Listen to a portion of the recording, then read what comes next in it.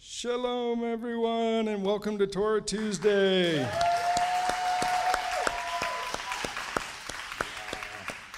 Okay, this week's portion, we're going to read Vayetzei, and he went. And That's Genesis 28:10 to 31. Genesis 32:2. Sorry about that. 28:10 to 32:2. Okay, and we just want to say welcome to our guests. You know, we want the hospitality of Abraham, so welcome everyone, both on live stream and in person.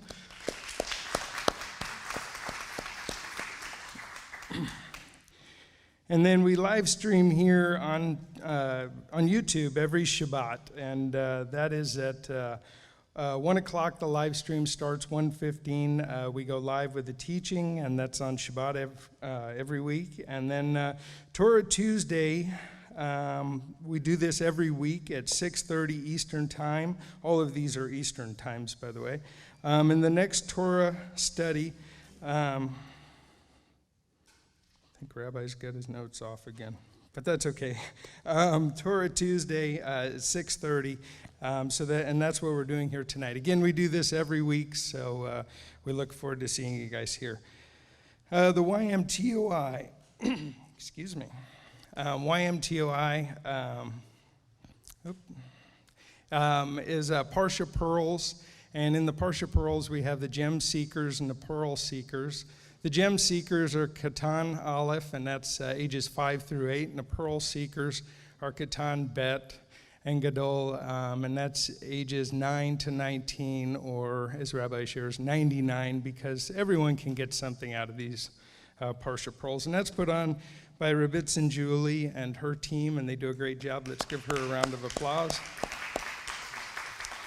In that, you'll find child-friendly stories, lesson questions, Hebrew word studies, memory verses, word searches, crossword puzzles, mazes, crafts, notebooks, coloring pages, songs, and snacks.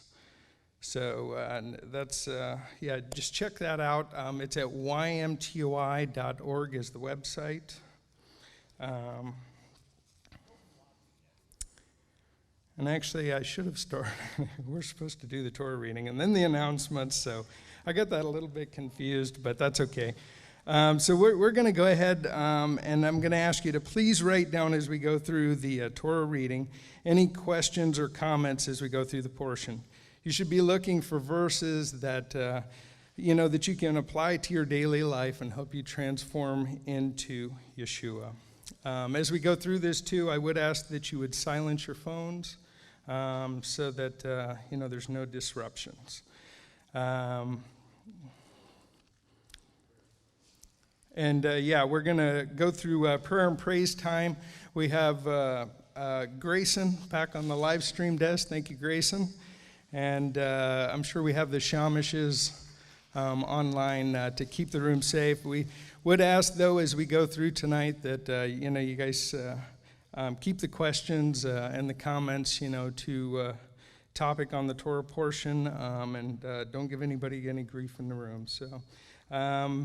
Yes, and I think Paula is going to run the mic for us. So let's start prayer and praise time.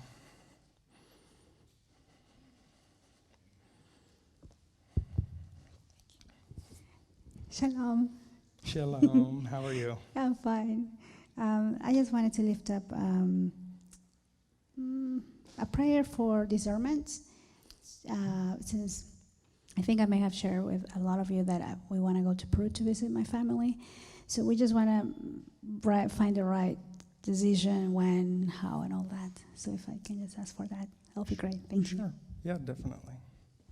Any other prayer or praises that somebody would like to share?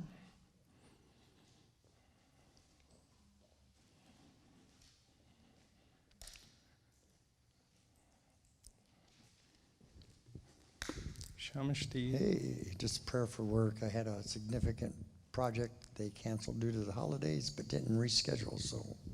Okay. Yep, we'll keep that in prayer. Hi. Hello, shalom. Shalom. I just want to praise you. It's been a year to this day that we've been in your new house here in Chattanooga. Excellent, excellent.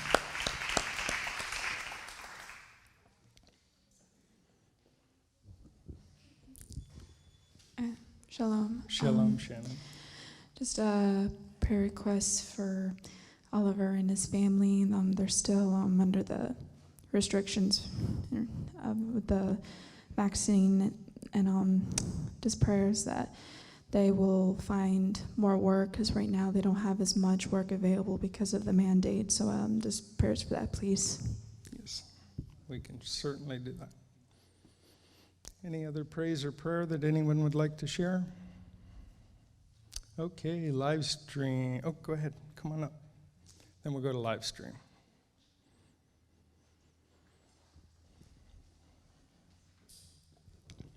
Yeah, I'd like to have prayer for my wife for a speedy recovery and healing. And I just want to thank Yahweh for blessing me. Yeah, definitely. We can do that, certainly. Okay, live stream, Grayson.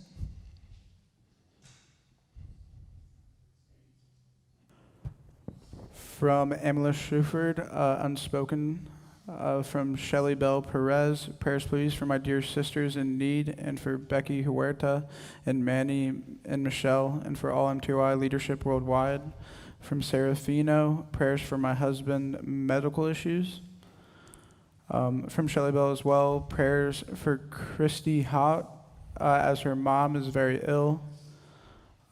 Unspoken for family and friends. From Gale House. From Shirley Akpelu, unspoken prayers, please, and comfort for loss and death in my family. From Andy Sat, prayer for positive resolution at work with HR regarding my paperwork for employment. From Anonymous Mom, urgent unspoken prayer request, please. From Michael and Ashley Condon, praise Abba that I got to spend sister time with a sister Mishbucha today and got to teach a passion of mine. It was a real blessing for me, and the closed caption works. Praise Abba. From Miss C, prayers for the sisters who have stuck with me through trauma and who have been such a blessing and encouragement to me. Prayers for my girls to be on the right path. Ta-da. From Vaskin, continued prayers for Rabbi and leadership, continued prayers for all around the world with COVID restrictions and work difficulties. From Pat Finley, praises for healings. From Oliver Hersey, prayer, Shavua Tov, all and blessings. Prayers for Ozzy Mishboka in these trying times, and that their faith be made complete through it. Also, my fiance visa to go ahead soon. Also, love you, beautiful. Excellent. Yeah, that's worth an applause for sure. From Heather Blue, praising Abba, my dad has been released from the hospital, and my brother and I are working on the best plan to take care of him. From Rick Berry, sorry I'm not there tonight, prayer request that I get feeling better by morning, please. From Ruth Ann Soros, prayers, talked with the CPS worker 30 minutes ago. Pray for my granddaughter and her living situation, and the Father place her where she needs to be. Pray my daughter can make some better choices. From Just D, please pray that I can lose weight for my health. Thank you. From Santi Lee, pray for more criminal and immigration cases in my business. Unspoken prayers from Matthew A. And big praise to the Father just for everything he does in all of our lives. From Yanni, please pray for Australia and Denmark. The pressure is on to get the last of us. They are walking from door to door to get the rest of us that didn't get the thing. And then a lot more unspoken. Unspoken. Well, thank you, Grayson. We would also like to pray for those that have emailed or called through the week, before this service. So can I get one of them in to pray for us? Go ahead, Michael.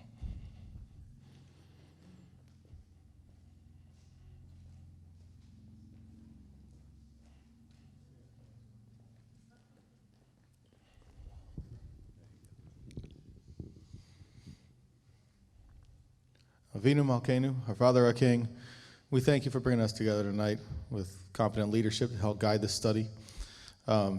We thank you for your word.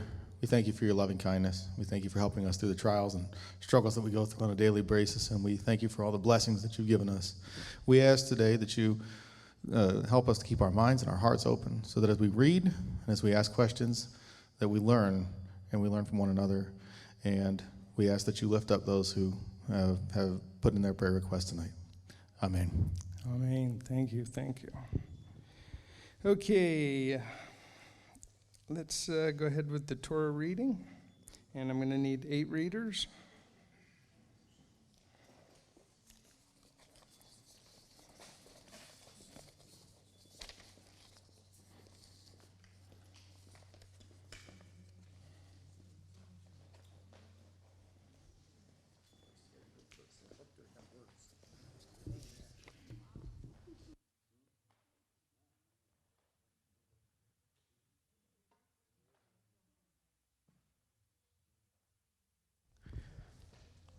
Okay, all right, Steve, would you like to come up and start the reading? Yep.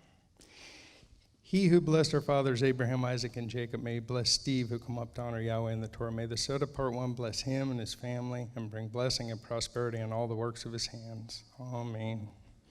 Okay, you're going to read Genesis 28:10 through 22. All right. Okay. Excuse me.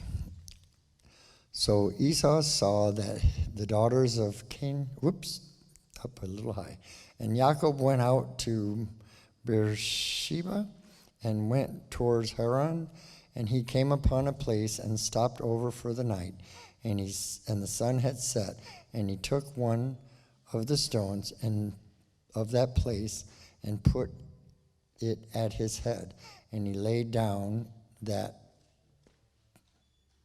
place to sleep. And he dreamed and saw a ladder set up on the earth, and its top reached the heavens, and saw messengers of Elohim going up and down on it. And see, Yahweh stood above it and said, I am Yahweh, your Elohim of Abraham, your father, and your Elohim of Yitzhak. The land which you are lying, I will give to you and your seed. And your seed shall be as the dust of the earth, and you shall break forth to west and to the east, to the north and the south.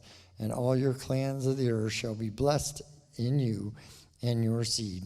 And see, I am with you and shall guard you wherever you go, and shall bring you back to this land. For I am not going to leave you until I have done what I have spoken. And Jacob awoke from his sleep and said, truly, Yahweh is in this place, and I did not know it. And he was afraid and said, how awesome is this place? This is none other than the house of Elohim, and this is the gate of the heavens. And Jacob rose early in the morning and took the stone that he had put at his head and set up a standing column and poured oil on it, on top of it. And he came to the and he called the name of that place Baeth El. However, the name of the city has been Luz previously. And Jacob made a vow, saying, see, Elohim is with me, and has kept me in the way that I am going, and has given me bread to eat and garment to put on. When I have turned to my father's house in peace, when I have returned to my father's house in peace, and Yahweh has been my Elohim, then this stone which I have set as a standing column shall be Elohim's house, and all that you give me, and I shall certainly lie with a tenth to you. Amen. Thank you, Steve.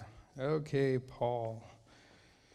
He who blessed our fathers Abraham, Isaac, and Jacob may bless Paul, who come up to honor Yahweh in the Torah. May the set apart one bless him and his household, and bring blessing and prosperity on all the works of his hands. Amen. Okay, Paul, you're going to read Genesis 29, 1 through 11. And Jacob moved on and came to the land of the people of the east. And he looked and saw a well in the field, and saw 3 flocks of sheep lying by it. For out of that well they watered the flocks, and a large stone was on the well's mouth.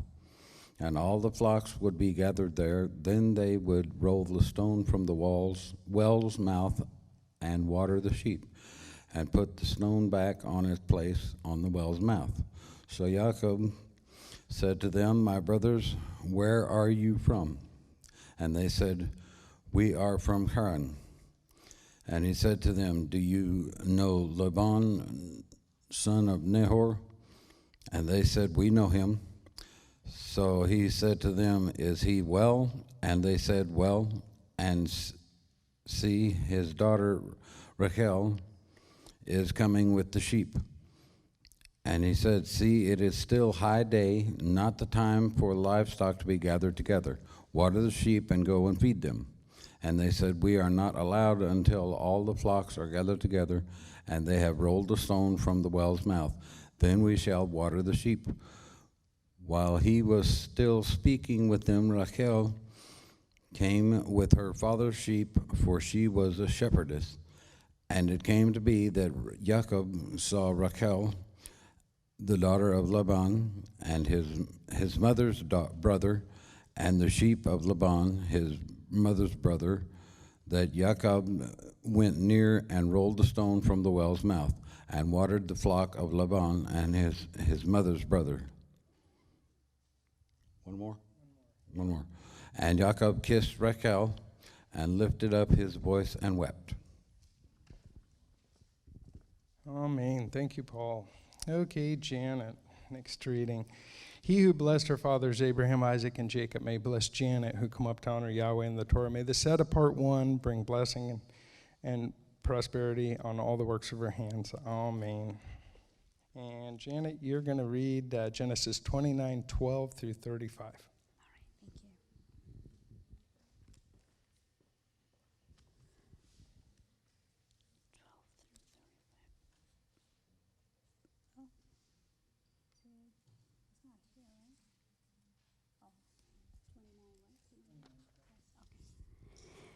And when Jacob told Rachel that he was her father's relative and that he was Rivka's son, she ran and told her father.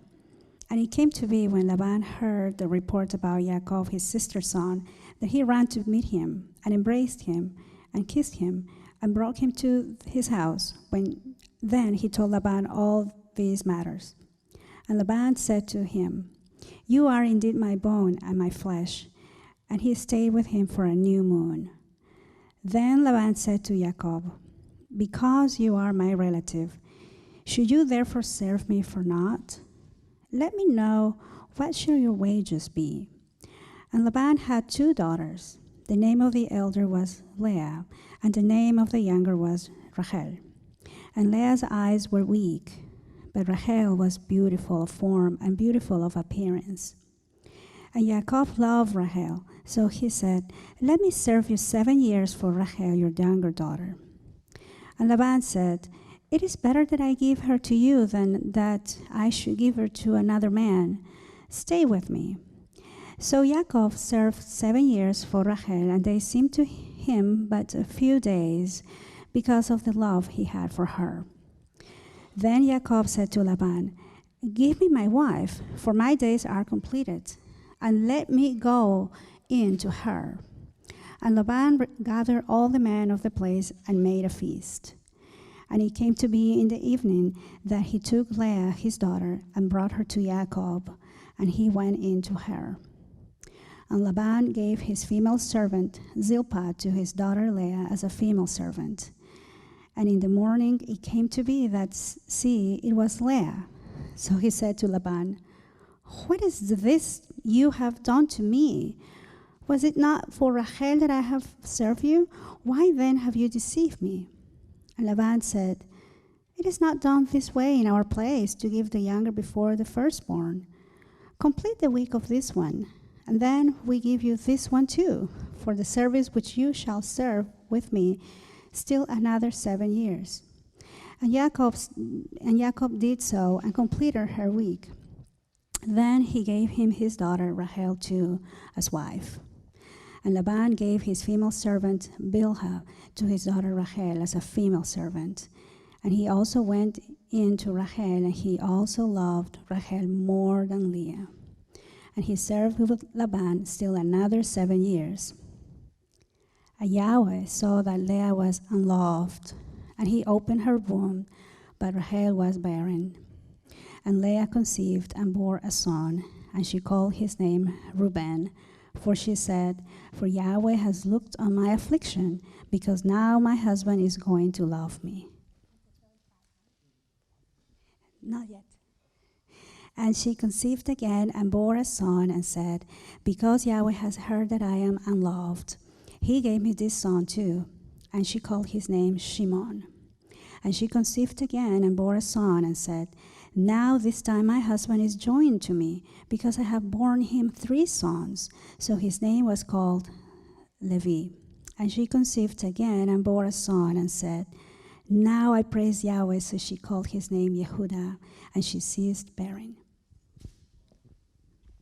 Amen. Thank you, Janet. Rhonda. He who blessed our fathers, Abraham, Isaac, and Jacob, may he bless Rhonda, who has come up to honor Yahweh in the Torah. May the set-apart one bless her and her household and send blessing and prosperity in all the works of her hands. Okay, Rhonda, you're going to take us from Genesis 30, 1 through 24.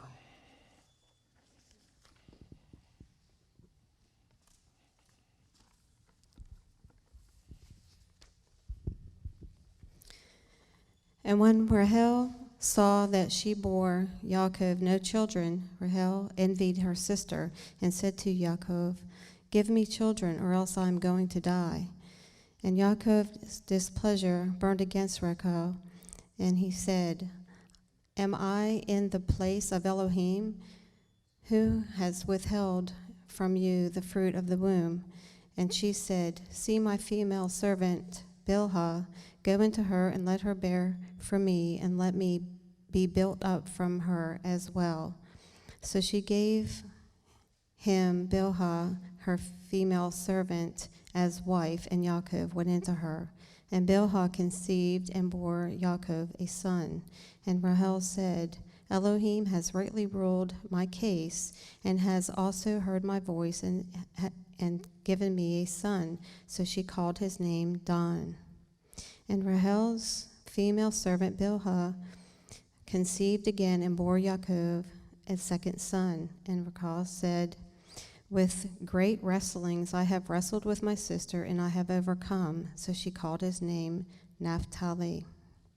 And Leah saw that she had ceased bearing, and she took Zilpah, her female servant, and gave her to Yaakov as wife. And Leah's female servant Zilpah bore Yaakov a son.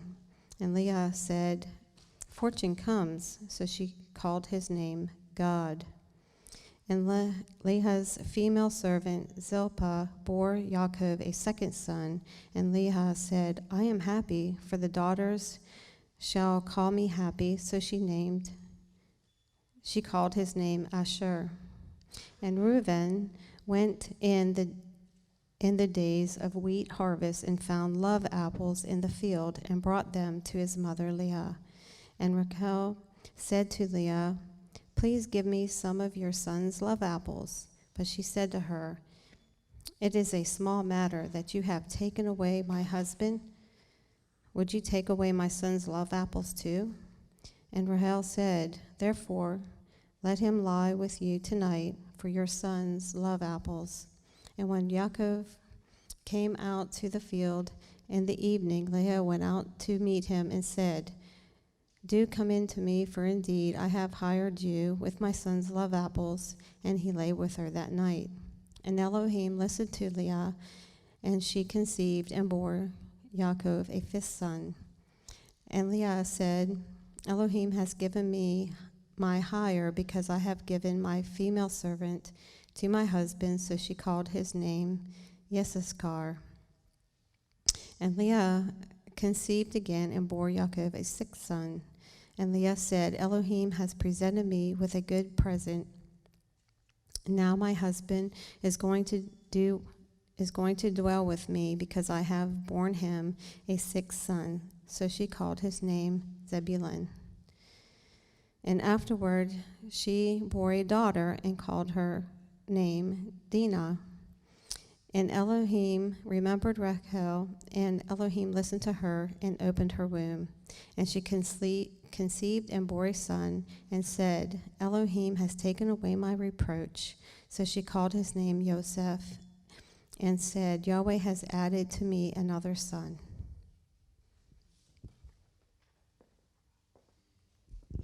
Amen. Thank you, Rhonda. Okay, Michael.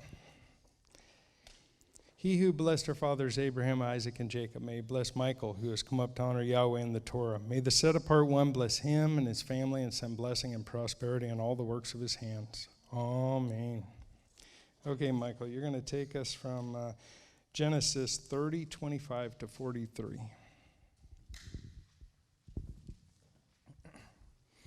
And it came to be when Rachel had borne Yosef that Yaakov said to Laban, Send me on my way to go to my own place and to my land. Give my wives and my children for whom I have served you, and let me go, for you yourself know my service, which I have done for you. And Laban said to him, If I have found favor in your eyes, please stay, for I have diligently watched that Yahweh has blessed me for your sake. And he said, Name me your wages, and I give it. So he said to him, You know how I have served you, and how your livestock has been with me. For the little you had before I came has increased greatly, and Yahweh has blessed you since my coming. But now, when am I to provide for my own house too? And he said, What do I give you? And Yaakov said, Give me naught. If you do this for me, I shall again feed and guard your flocks. Let me pass through all your flock today, removing from there all the speckled and spotted sheep, and all the black ones among the lambs, and the spotted and speckled among the goats, and these shall be my wages. And my righteousness shall answer for me in time to come. When you come concerning my wages, every one that is not speckled and spotted among the goats, and black among the lambs, it is stolen if it is with me. And Laban said, See, let it be according to your word. And on that day he set aside the male goats that were speckled and spotted, and all the female goats that were speckled and spotted, every one that had some white in it, and all the black ones among the lambs, and gave them into the hand of his sons. And he put 3 days' journey between himself and Yaakov. And Yaakov fed the rest of Laban's flocks. And Yaakov took for himself rods of green poplar, and of the almond and chestnut trees, peeled white strips in them, and exposed the white which was in the rods. And he set the rods which he had peeled before the flocks in the gutters, in the watering troughs, where the flocks came to drink, and they conceived when they came to drink. So the flocks conceived before the rods, and the flocks brought forth streaked, speckled, and spotted. And Yaakov separated the lambs, and made the flocks face toward the streaked, and all the black in the flock of Laban. But he put his own flocks by themselves, and did not put them with Laban's flock. And it came to be, whenever the strong ones of the flock conceived, that Yaakov placed the rods before the eyes of the flock in the gutters, so they would conceive among the rods. But when the flocks were weak, he did not put them in. So the weak ones were Laban's, and the strong ones were Yaakov's.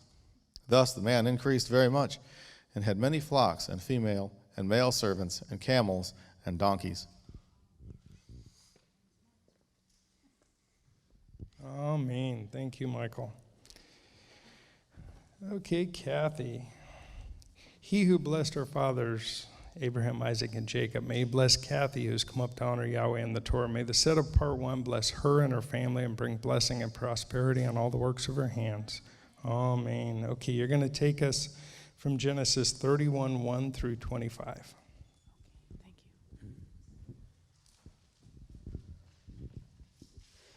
And he heard the words of Laban's son, saying, Yaakov has taken away all that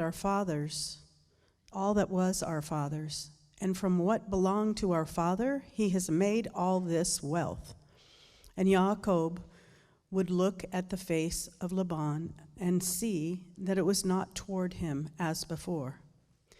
And Yahweh said to Yaakov, Return to the land of your fathers and to your relatives, and I am with you. And Yaakov sent and called Rachel and Leah to the field to his flock. And he said to them, I see your father's face, that he is not toward me as before, but the Elohim of my father has been with me. And you know that I have served your father with all my strength. Yet your father has deceived me and changed my wages 10 times. But Elohim did not allow him to do evil to me. When he said this, the speckled are your wages, then all the flocks bore speckled. And when he said this, the streaked are your wages, then all the flocks bore streaked. So Elohim has taken away the livestock of your father and given them to me. And it came to be at the time when the flocks conceived that I lifted my eyes and looked in a dream and saw the rams which leaped upon the flocks were streaked, speckled, and mottled. And the messenger of Elohim spoke to me in a dream, saying, Yaakov. And I said, Here I am. And he said, Lift your eyes now and see. All the rams which leap on the flocks are streaked, speckled, and mottled. For I have seen all that Laban is doing to you. I am the El of Beth El, where you anointed the standing column, and where you made a vow to me. Now rise up, get out of this land, and return to the land of your relatives. And Rachel and Leah answered and said to him, Do we still have any portion or inheritance in our father's house? Are we not reckoned by him as strangers? For he has sold us and also entirely consumed our silver. For all the wealth which Elohim has taken from our father are ours and our children's. Now then, do whatever Elohim has told you.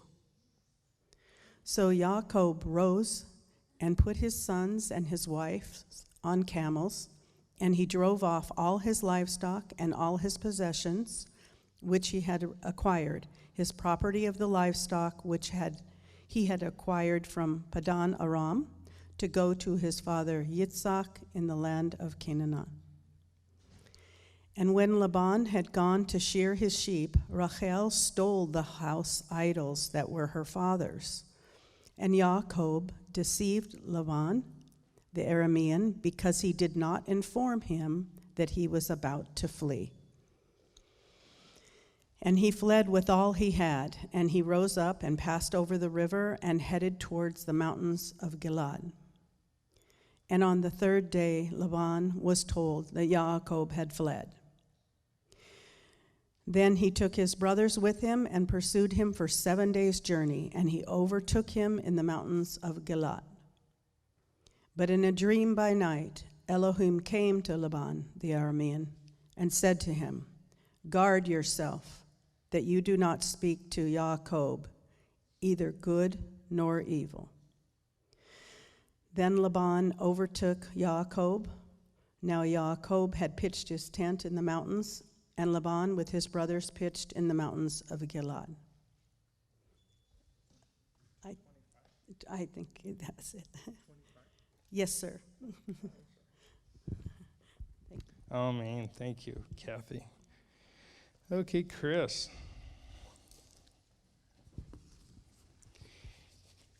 He who blessed our fathers, Abraham, Isaac, and Jacob, may bless Chris, who has come up to honor Yahweh in the Torah. May the set-apart one bless him and his family and bring blessing and prosperity on all the works of his hands. Amen. Okay, you're going to take us from Genesis 31:26 to 44.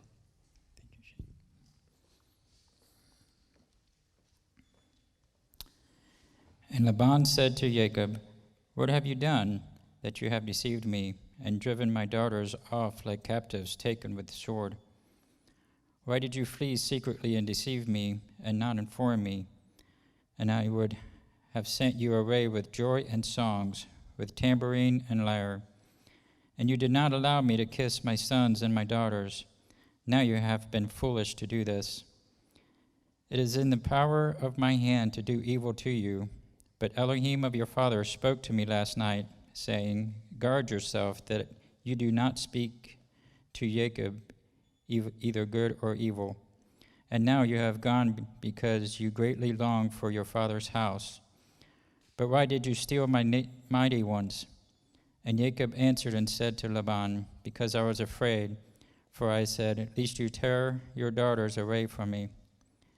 With whomever you find your mighty ones, do not let him live. In the presence of our brothers, see for yourself what is with me and take it with you. For Jacob did not know that Rahel had stolen them. And Laban went into Jacob's tent, and into Leah's tent, and into the tents of the two female servants, but he did not find them. And he came out to Leah's tent and entered Rahel's tent. Now Rahel had taken the house idols and put them in the camel's saddle and sat on them. And Laban searched all about the tent, but did not find them. And she said to her father, let it not displease my master that I am unable to rise before you, for the way of the women is with me. And he searched, but did not find the house idols. And Jacob was wroth and contended with Laban. And Jacob answered and said to Laban, what is my transgression? What is my sin that you have hotly pursued me? Now that you have searched all my goods, what have you found of all your household goods? Set it here before my brother and your brothers, and let them decide between the two of us. These 20 years I have been with you. Your ewes and your female goats have not miscarried their young, and I have not eaten the rams of your sheep. That which was torn by beast I did not bring to you. I myself bore the loss of it. You required it from your hand, whether stolen by day or stolen by night. Thus I was by day, and heat consumed me, and the frost by night, and my sheep fled from my eyes. These 20 years I have been in your house. I served you 14 years for your 2 daughters, and 6 years for your flock, and you have changed my wages 10 times. Unless the Elohim of my father, the Elohim of Abraham, and the fear of Yitzhak had been with me, you would now have sent me away empty-handed. Elohim has seen my affliction and the labors of my hands, and rendered judgment last night. And Laban answered and said to Jacob, these daughters are my daughters, and these children are my children, and this flock is my flock, and all that you see is mine. But what shall I do today to these, my daughters, or to their children whom they have borne? And now, come, let us make a covenant, you and I, and it shall be a witness between you and me. Amen. Thank you, Chris. Dwayne, for our final reading. He who blessed our fathers Abraham, Isaac, and Jacob, may he bless Dwayne, who come up to honor Yahweh in the Torah. May the set-apart one bless him and his household and bring blessing and prosperity on all the works of his hands. Amen. Okay, you're going to take us from Genesis 31:45 to 32:2.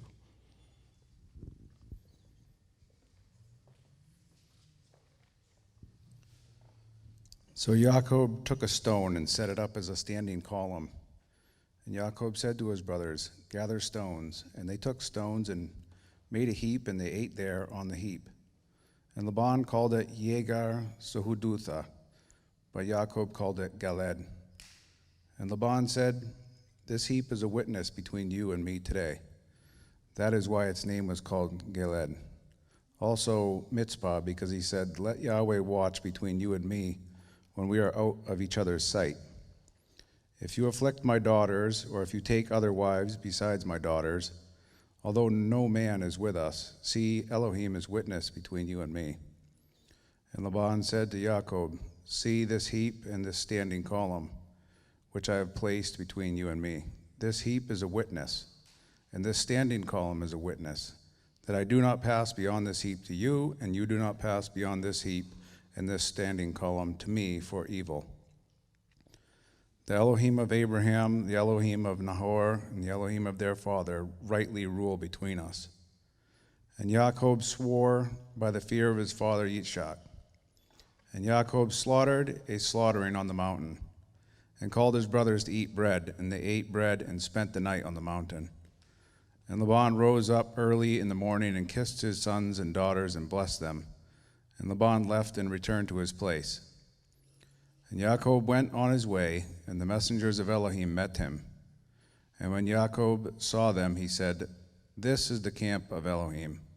And he called the name of that place Mahanaim.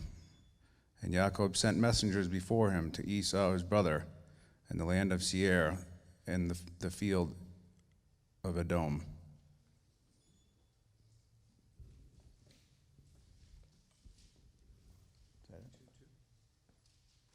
Oh, I went one more. Oh, I went to 3. Okay, that's fine. Amen. Okay, thank you. Okay, and the traditional blessings after the reading. Baruch atah Yahweh Eloheinu melech haolam, asher natan lanu Torah emet, v'chayei olam natah b'tokenu. Baruch atah Yahweh noten haTorah. Amen. Blessed are you, Yahweh our Elohim, King of the universe, who has given us the Torah of truth and has planted eternal life in our midst. Blessed are you, Yahweh, giver of the Torah. Amen.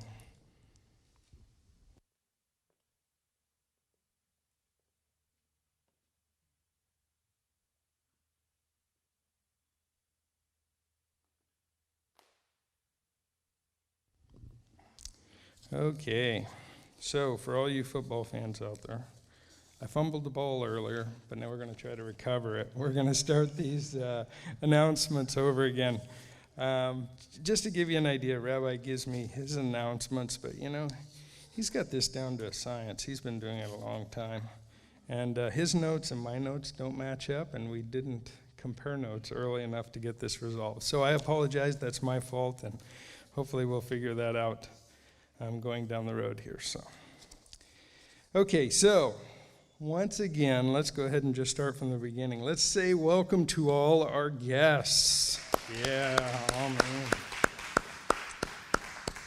Okay, we do this Torah reading in Midrash on Tuesday at 6:30 every week. So you can catch us here at 6:30 on live stream on YouTube. And then on Shabbat, we start the live stream at 1 p.m. and at 1:15, we go live with our services with the sounding of the shofar. We do this all every week, and the next one is, when is that? November, Thank you. Yeah, November 14th, is that right? 13th, okay, sorry about that, I did not get that wrote down, so. Okay, and the YMTOI. Excellent. We'll just do this all over again.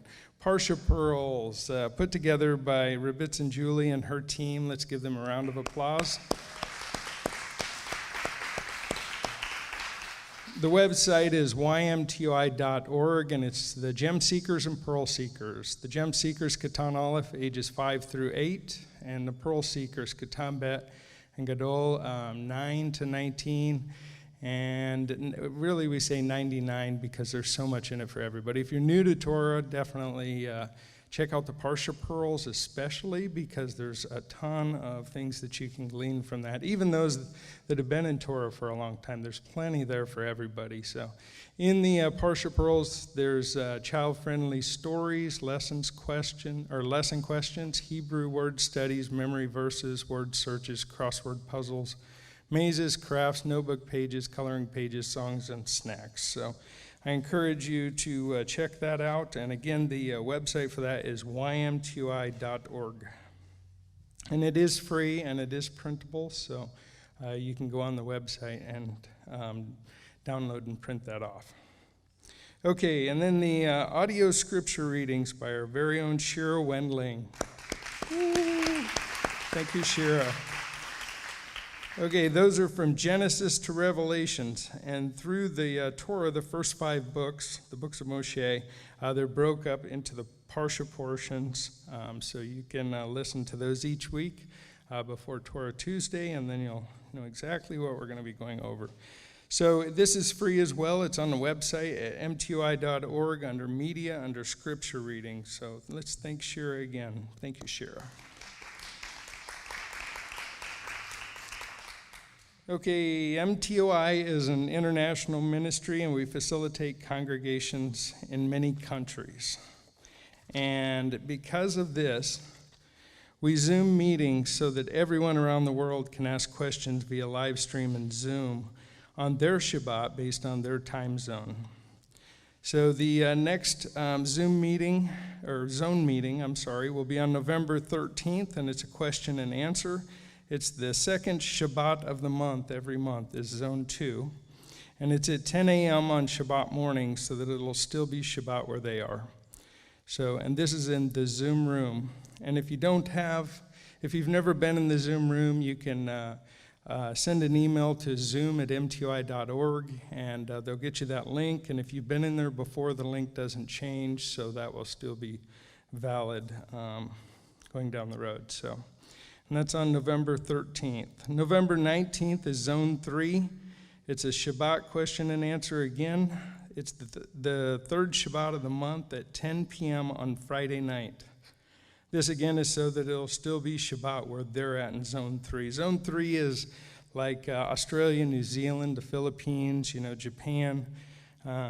So those areas. Zone 2 I didn't mention, but that's like Africa and Europe and so on and so forth.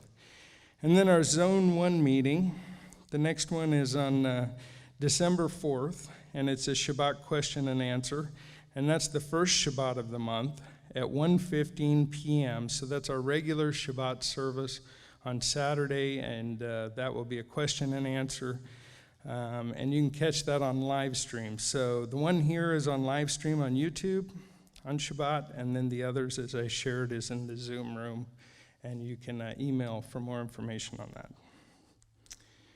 Okay.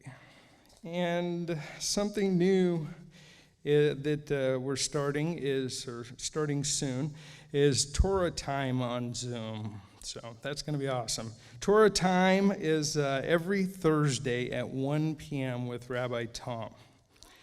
And this is for, excellent. And this is for Gadol age kids, 13 to 19. And that's any Gadol age kids that they're out. Anybody that wants to, get involved in that can, go to that Torah time on Zoom with Rabbi Tom. And you can email at torahtime@mtoi.org for the link. And so, that's very exciting. So thank you, Rabbi Tom, for doing that. That's going to be awesome. I'm sure the kids will love it. Okay. Let me make sure. Okay, November 14th is the next Leadership Council meeting. It's Sunday morning at 10 a.m. is the African meeting, and at noon is the full council. And the purpose of these meetings is how can we work together to serve the body on behalf of Yahweh. And I encourage you guys to pray for the leadership.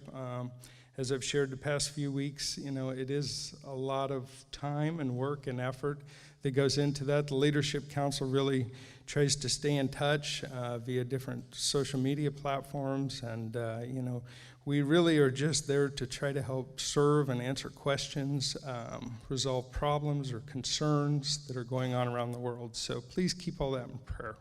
So thank you to all the leadership.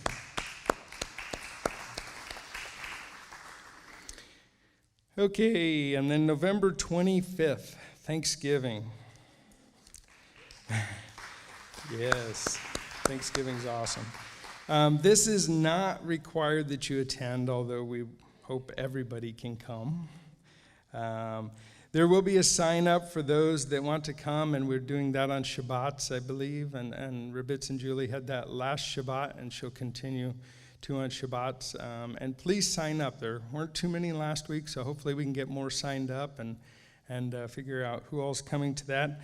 If you have friends or family that you would like to bring, make sure and run that before leadership. Talk to them.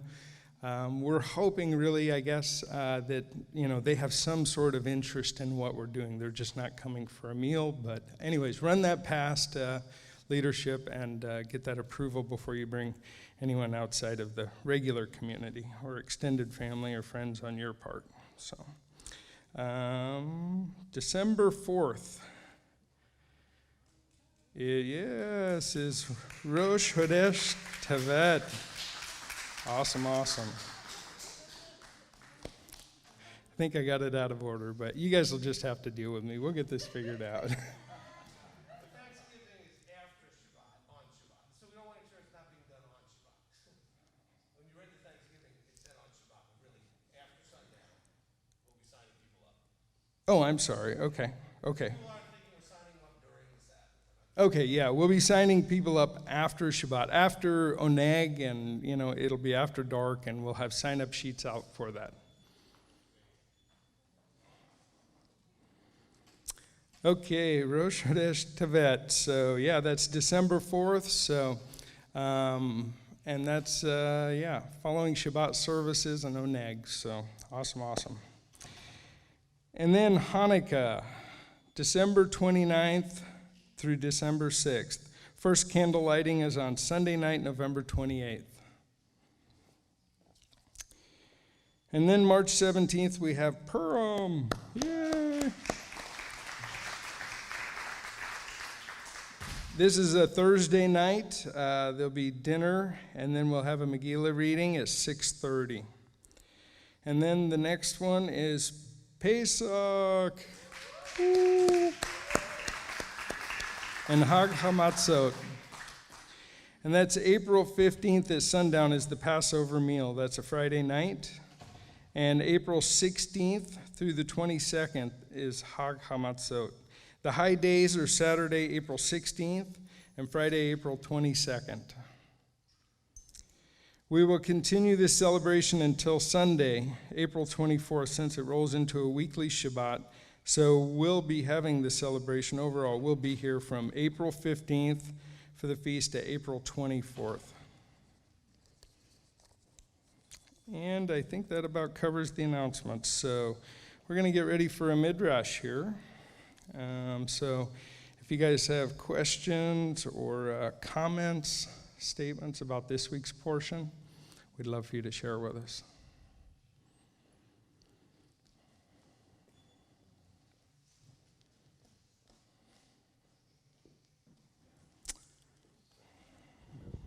Janet. Yes, thank you. All right, so I have 28:11. It just got my attention when it said that that Yaakov, placed a stone. Is that took a stone and then he put it at his head and he lay down in that place to sleep.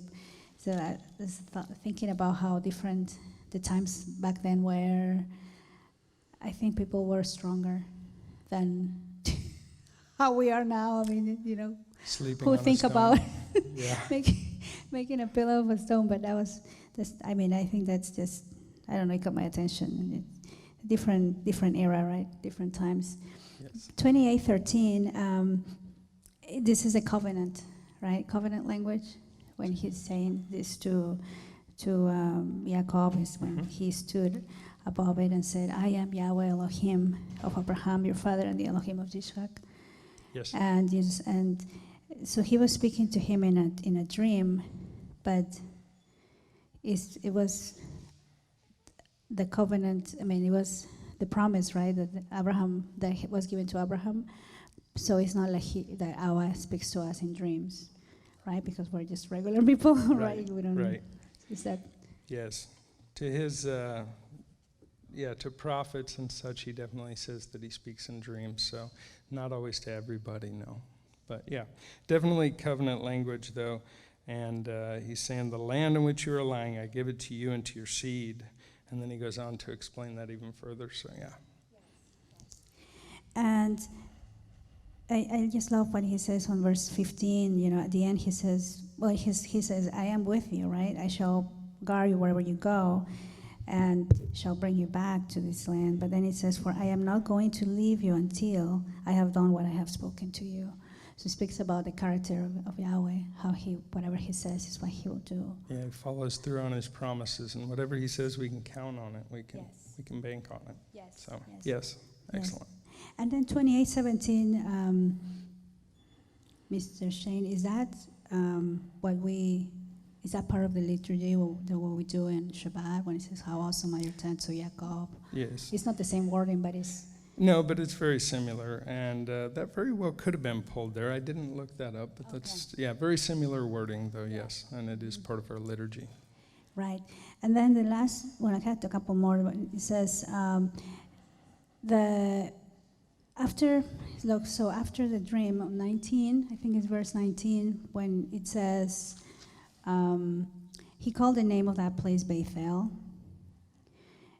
Do you know what Bethel is? Like house of El, right? Yeah. Beth or Bethel. Yep.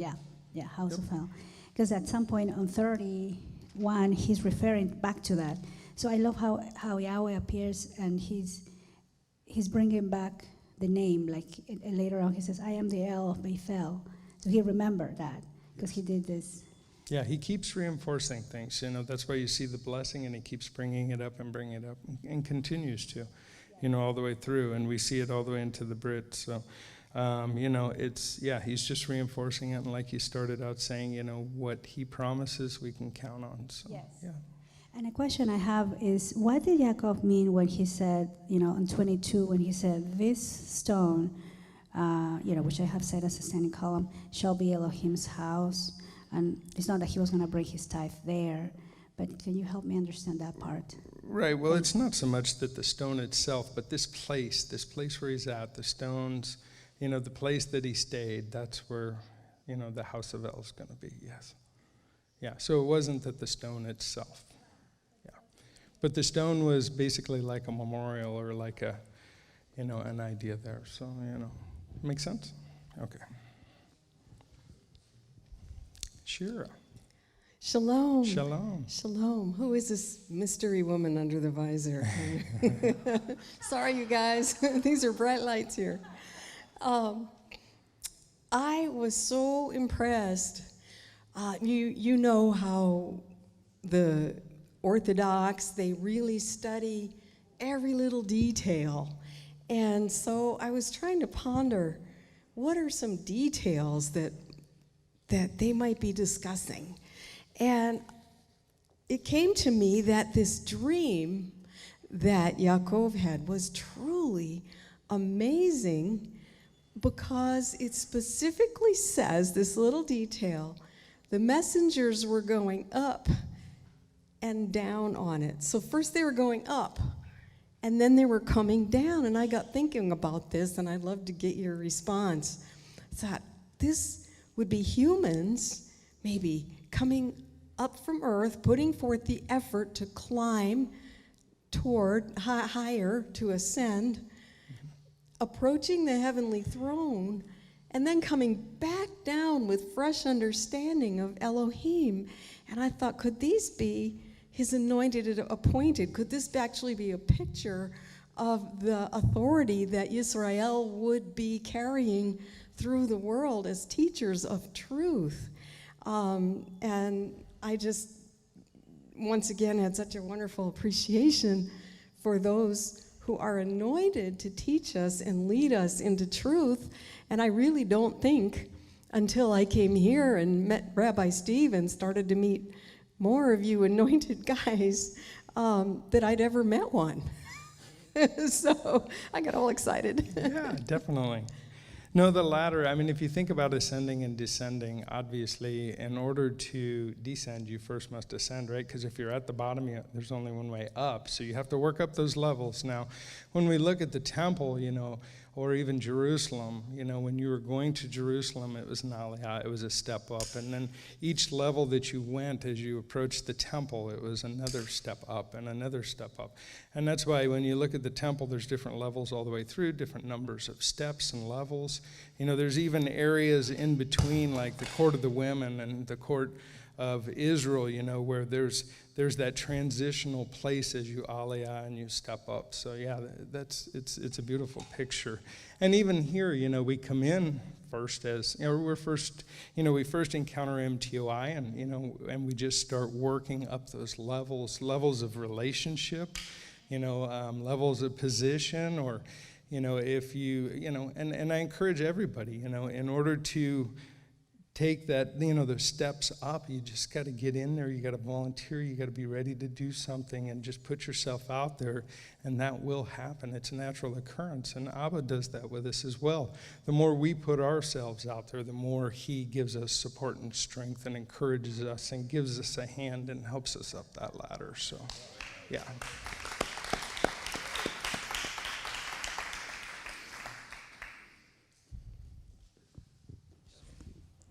Shalom, Mr. Bidwell. Shalom, Justin. How are you?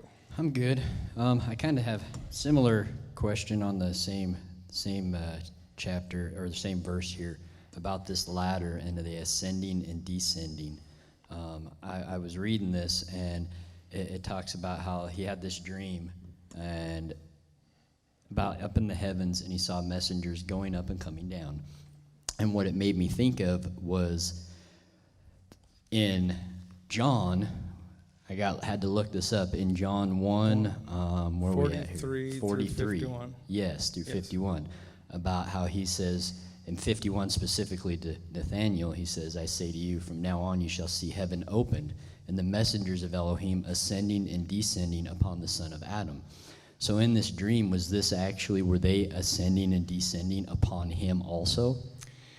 Well, it's a picture. I mean, it was a dream one, so it was a vision. So we can't really say that it was a physical or anything else. We don't have a lot of information, but we can see the picture of what he's trying to talk about. But when we think of ascending and descending, it's a spiritual aspect of prayer and anointment and appointment, vertical structure, repentance, marriage, relationship, Messiah. There's so many different aspects that we can look at that ascending and descending in that ladder. So as we climb the ladder, look at how we come into a relationship. Our marriages, for instance, at first we're just dating or courting, trying to get to know each other. And then, there's different levels as we enter into that covenant agreement. And then even for the rest of our lives, we're still continuing to achieve different levels of understanding and relationship, all of our days. So does that help? Or? Yeah, that helps. That kind of explains it. I mean, that to me kind of breaks it down a little more in the sense of how it says here in 13, then how Yahweh stood above it and said that, I am Yahweh Elohim of Abraham, your father, and the Elohim of Yitzhak, the land which you are lying, I give it to you and your seed. So here within that, he's reminding him of what's to come further in the future of a promise. Amen, amen. And Yahweh's at the head of it. Notice he's at the head of it. He's at the head of everything. Yes, amen. Yes. Okay. Let's see. It's in 28:12. It says he dreamed and in what he saw. So when it comes to dreams and what we see in dreams, what's the best way to follow and not set our heart or walk on a dream that might not have anything to do with Elohim or following him? Well, I think when it comes to dreams, we have to be very careful. One, Scripture says specifically that he's going to give dreams and visions to his prophets and his people. Now, I'm not saying that some of that can't be whomever, whenever, whatever, but we need to take that dream and really think about our situation, our walk, our journey. Where are we at? What's going on? What's our motive and intent behind it? Because sometimes our imagination also can, play some pretty crazy tricks on us. So, and then if you really think that it is of something, you could counsel about it. You could go to leadership. You could get some other thoughts and ideas. But just be careful with dreams because we can take them way out of proportion as well. Okay, and then next in 28:14, it says, they shall be blessed in Yaakov, but in you and your seed. So I think it's good that we acknowledge that it's not because of us or anything that we did that we're sharing in the blessing, but it's from Yaakov that the blessing came. Yeah. It came through Abraham to Yitzhak, right, and then to Yaakov and so on and so forth. And it's that covenant relationship and that blessing that Abba spoke to Abraham about, as he built a relationship with Abba. So, yeah. Yep. Okay, and then for the last one for 28:15, it says he wasn't going to leave him, and Abba says he wasn't going to leave him until what he has spoken came to pass. So can we apply that to ourselves, even though it's not promised what that process would be like, good and bad, but that he would be with us until what he had said was going to happen is going to happen. Right, and part of it is about that good and bad because, right, Torah brings life, right, and disobedience brings death. He's given us those things. How many people, want to make excuses or waste time or, always have another approach to it or another level? They're always looking for more understanding, laying out fleeces. Not that some of these things aren't good, but we have to be careful because he's given us the instruction already. We just have to be ready to walk it out. Shalom. Shalom. This area that Yaakov calls Bethel, is this at least the general area that the temple eventually stands on? Yes. To my knowledge and understanding, yes. If I'm incorrect, Rabbi can correct me.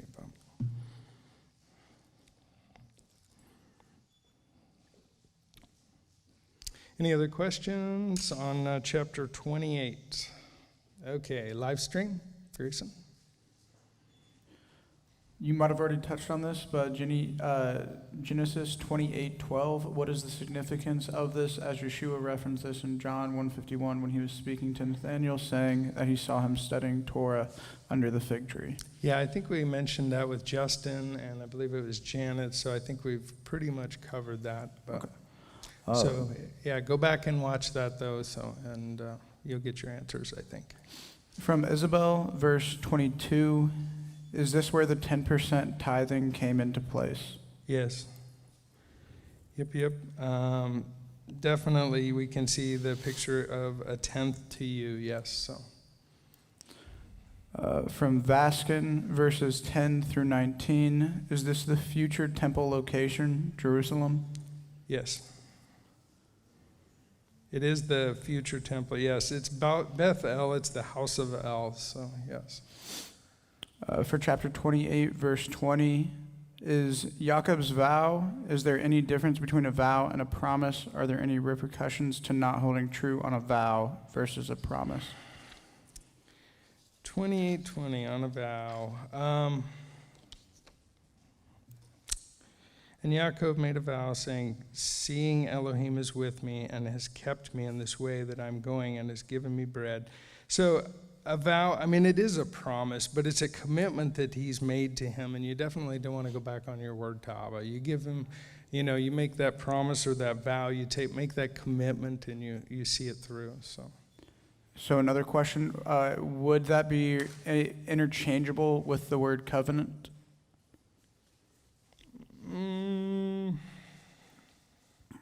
Covenant is an agreement between two people so that they can walk together, right? It's an agreement like in a marriage between a husband and wife. They have to make that agreement. A vow is something that I take before an individual, say I made a vow to Steve or an agreement that I was going to do something. There's nothing on his part. It's completely on me. Now it's my job to see it through. It's not his job to make sure that happens. So, yeah, there is a difference.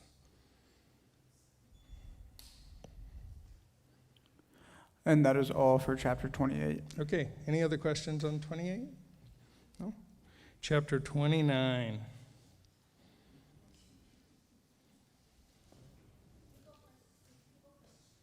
Justin's going first.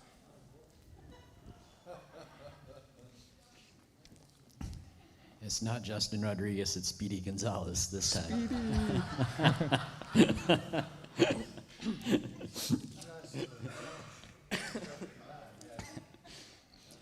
All right. Right here in chapter 29, verse 3, I was noticing that typically all the flocks would gather there, and then then they would roll the stone from the well's mouth to water the sheep. So I'm assuming it took all of them to roll this stone away. Yet then in verse 10, Yaakov rolls this stone away all by himself. So either he was a pretty strong man or Yahweh was with him to help him accomplish this. Or both. Or both. Yeah. Very well. I like both.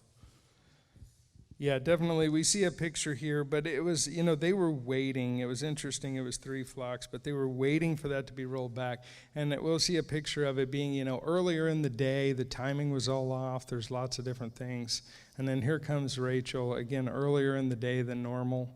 so on and so forth. And Yaakov, yeah, he's excited. He's, he's finally arrived. It's been a destination. He's arrived. He's excited, and he jumps up there, and I'm sure Abba was right there with him.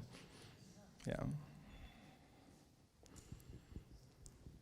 Alrighty. To me, I was kind of seeing that same thing, but more like they had set standards and procedures, and it wasn't something that you're supposed to go do willy-nilly that they had, because it didn't seem like he asked. That's for just Elder Billy there, willy-nilly. It didn't seem earlier he'd asked, and that's when they said, well, no, we have to wait when it's the time. And then only when Rachel came, then there seemed to be a difference. So I guess maybe if you were good looking, or I don't know, but it just seemed to be that they had a set procedure, and I thought maybe that's something we could do for in our lives, is sometimes there's standards or procedures that are in place, and even though we don't know all the details, maybe it's not the details we should worry about, but honoring the standards and procedures. Yeah, sometimes the details aren't our business, it's just the standard.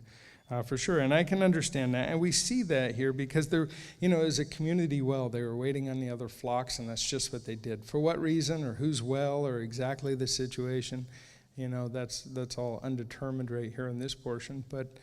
But there was a procedure, and I would agree. But Jacob had arrived with excitement and enthusiasm, and I think he even makes a statement, I believe, about something to the effect that these flocks should be out grazing still. Why are they here at the water hole, so early in the day? So, maybe there was more than one reason, that he did this. Initially, though, because of his excitement about Rachel and his arrival, and being at Laban's house, or real close by, I think there was some excitement there. Okay, and then if you could talk about the deceivement of Jacob and the daughters, how he was given not the one he had planned, and yet he still served again. So if you could cover that for us. And I just couldn't see. I mean, I have a comment that reaches into chapter 30 later, which might cover some of that, but I just didn't understand. He was promised one thing but given something else. He was, and notice his commitment, and he didn't argue the point, but he just went right in. He realized the prize that he wanted. He was willing to go all out for it, and he continued and served another 7 years.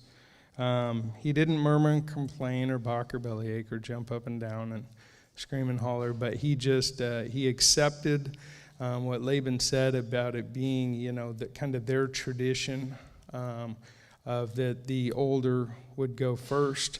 And, you wonder if it has a little bit of something to do with the previous Parsha that we were in when it was the shoe was on the other foot and Yaakov ended up getting the blessing and he was the younger. So I'm sure there's something there as well. But I'm sure we'll talk about that more. I bet there's going to be plenty of questions concerning this. Yeah, a lot. 29, I when it started with 13, it just caught my attention how Laban, at least at this point, right? Later on, there's different things that he does, but when we look at 13, he really appeared like he was being welcoming and warm and, good host and, as embracing him and kissing him and, so at least I see a little bit of that hospitality that, I keep saying Yahweh and his rabbi. Rabbi always says that we should be hospitable, right, to our guests. And so anyway, I as caught Abraham that. was. And as Abraham, right, exactly, yes. And 29, I think I have another one here, 29:20. So I know Rabbi talk about this, I think it was in one of the Sabbath, maybe 2 weeks ago, but he did mention how he quoted this and said, Jacob served 7 years for Rachel and they seemed to him but a few days because of the love that he had for her.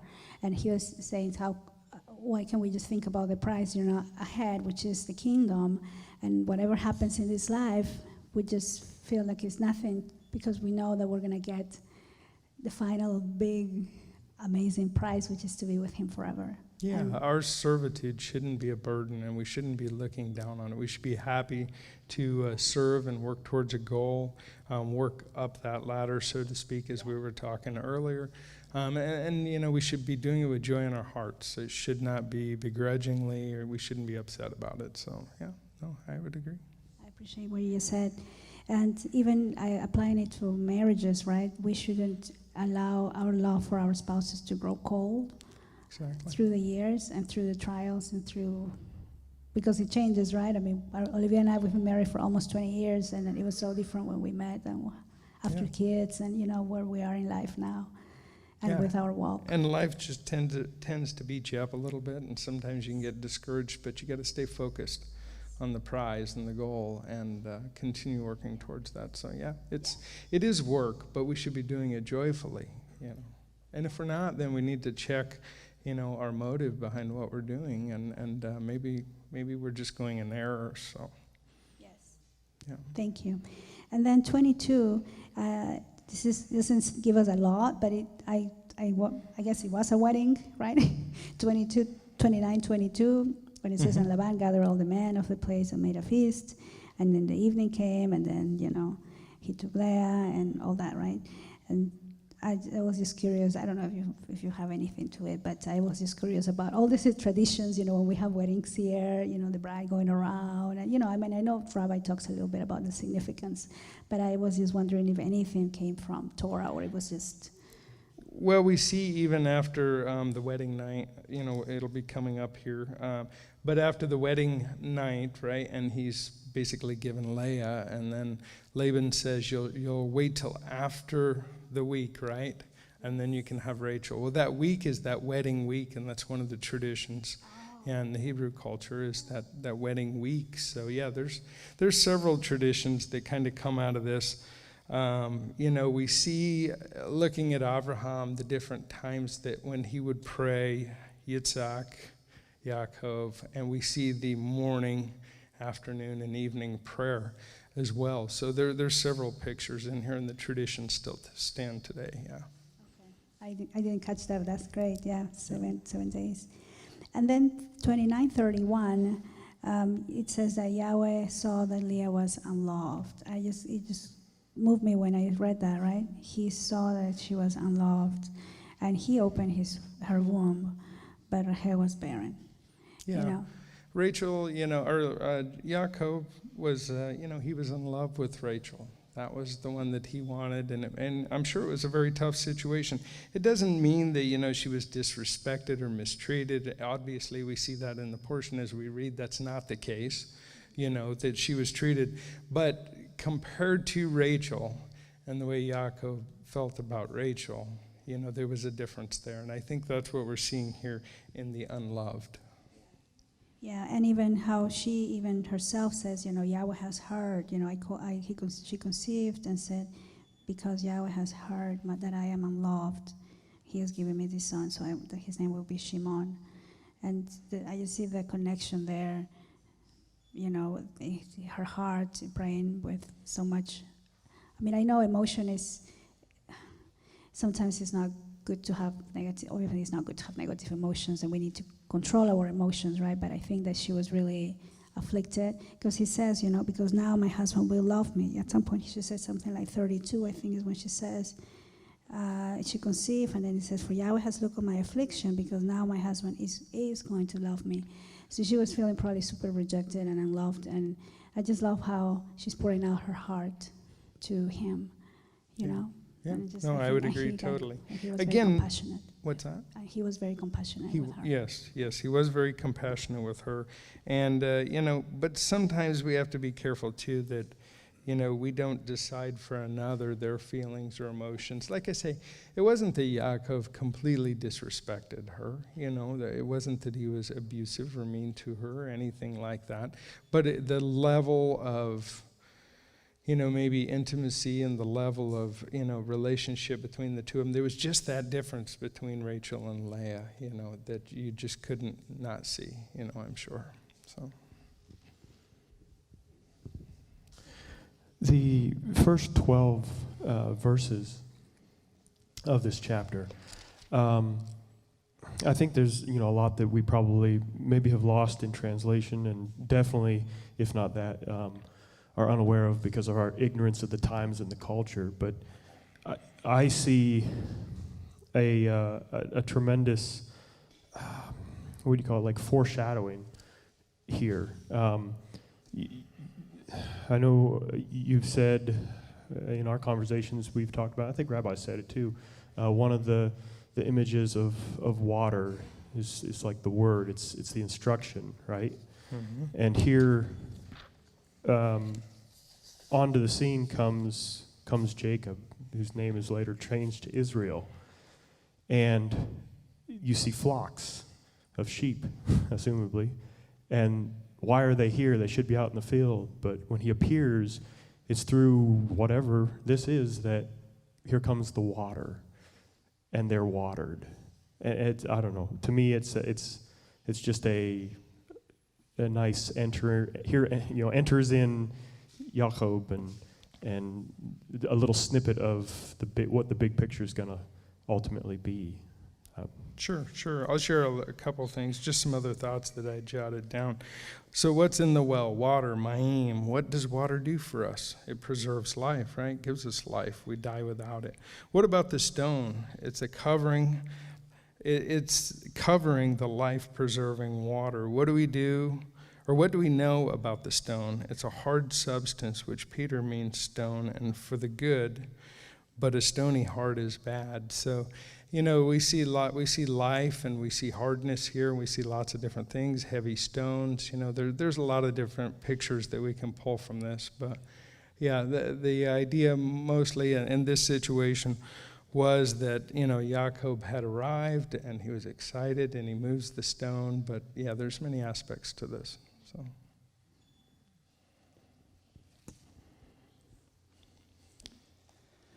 I have another question here, of course. Yes, sir.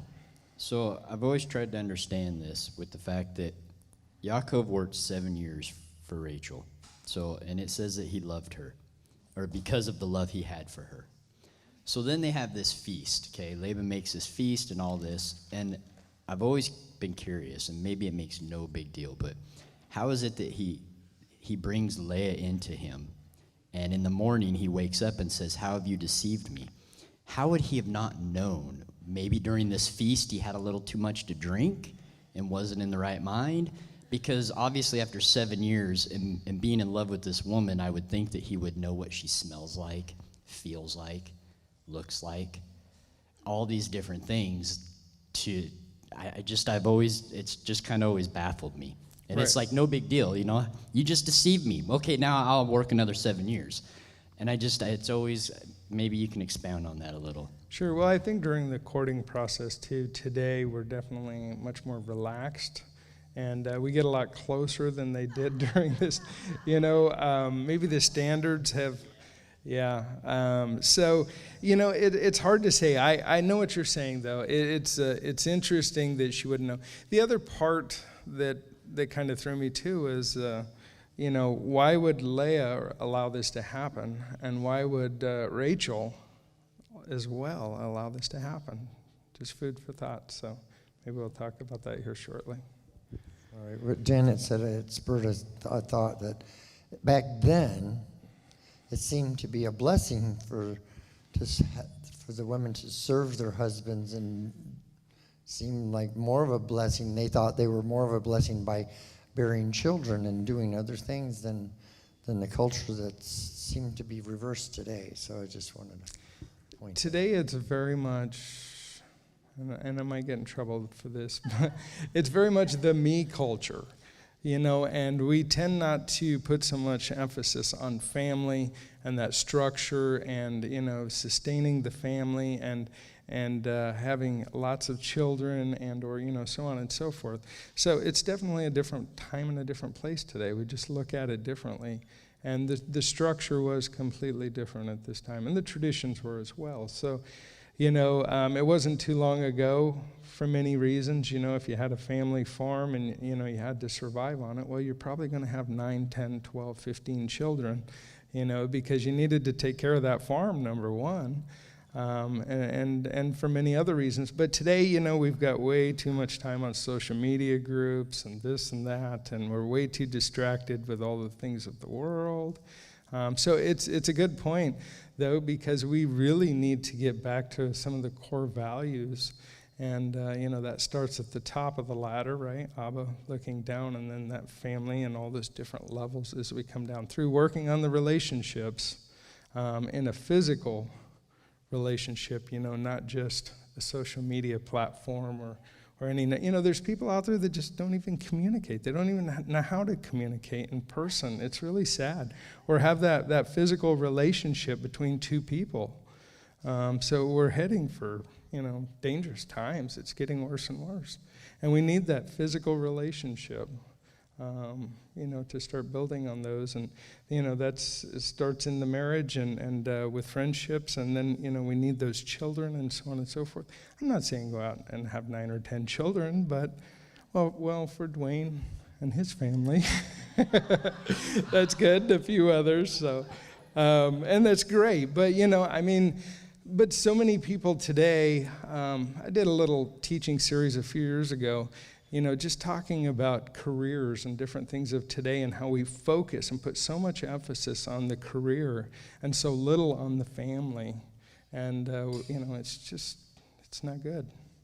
So we need to keep that in balance. There's a place and a time for both. But, you know, we need to think about those plans and make those plans with our spouse and really focus on that so that everything stays in check. So anyways, any more questions on 29? Grayson? Verse 11 from Vaskin, is this against Torah as Yaakov kissed Rachel before being married to her? This kiss, if we take a look right down below there, Laban, let's see, what verse is it? Jacob kissed Rachel and lifted up his voice, and then Laban, let me see here. Well, I know it's here. 13, okay, sorry. I was looking too far down. Yeah, see, and it came to be when Laban heard the report about Jacob, his sister's son, that he ran to meet him and embraced him and kissed him. So this kiss is not a kiss like it's a passionate kiss or a kiss that's, you know, enticing in some other way, but it's a greeting, you know, there's excitement there. It's a family member. So this kiss has more to do with that because we see also Laban kissing Yaakov, and I don't think there was any more than, you know, just a happy to see you type of kiss and embracement. So. There's not really a verse connected, more so the whole chapter. Is Jacob's time with Laban in the land of his father-in-law with his wives a shadow of the bride Israel being hidden in the wilderness and then returning one day to the land? I mean, there's definitely a lot of different pictures here. I think we need to, though, focus on, you know, the here and now and how can we put this into effect in our lives and not so much get into the future events and all the different things. So I think I'm going to stay there so that I'm safe, and we'll keep it at that. From Isabel, verses 27 and 28, and she is asking to please comment on Leviticus 18:18, which is, and do not take a woman as a rival to her sister to uncover her nakedness while the other is alive. Well, complete we get this one.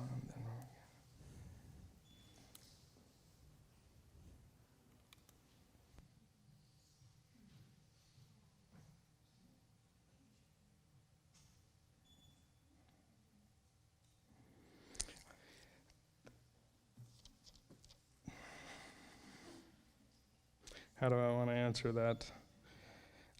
You know, obviously, because of things that happened, I believe, through Genesis, when the Torah was firmly written and established, things, you know, were clarified and resolved better. At this point, obviously, there's no problem with it. We have to look at the blessing that Abba gives to Yaakov, to Leah, to Rachel, who they are in Scripture. I don't think we have any fear or concern this being a problem at this point in time. So I'll leave it at that, and if Rabbi wants to elaborate on it, then we'll invite him to do that. From Miss C, verse 26, was this simply a custom, or was this Yahweh's way in the order of things? Laban says it's what they did. Would it have been different for Abraham? If so, why? Say that one more time, just to make sure I get the full gist. Verse 26, was this simply a custom, or was this Yah's way of doing things? Laban says it's what they did. Would it have been different for Abraham? If so, why? Well, I think with Laban, I look at this and, Yaakov had waited 7 years, right, for what ended up to be Leah. And this whole time he was thinking it was going to be Rachel, and I'm sure this was talked about and discussed and lots of different things. So after 7 years, Yaakov didn't know that this was going to happen. And then it says that, Laban tricked him. So I think this was just part of Laban's way of manipulating the situation. I can't say for sure in other instances if this truly was part of the culture, but what I see is a lot of manipulation here. So I think it has more to do with that and less to do with the culture. He was using that for an excuse, or the tradition. He was using that more for an excuse. Because again, as much as, 7 years is a long time, and Yaakov never heard about this. You would think that he had heard about that from many people, and people would have warned him saying, if you think you're getting Rachel, what about Leah? Because that's what we do here, but we don't see that, do we? We just see some manipulation on the wedding night. So,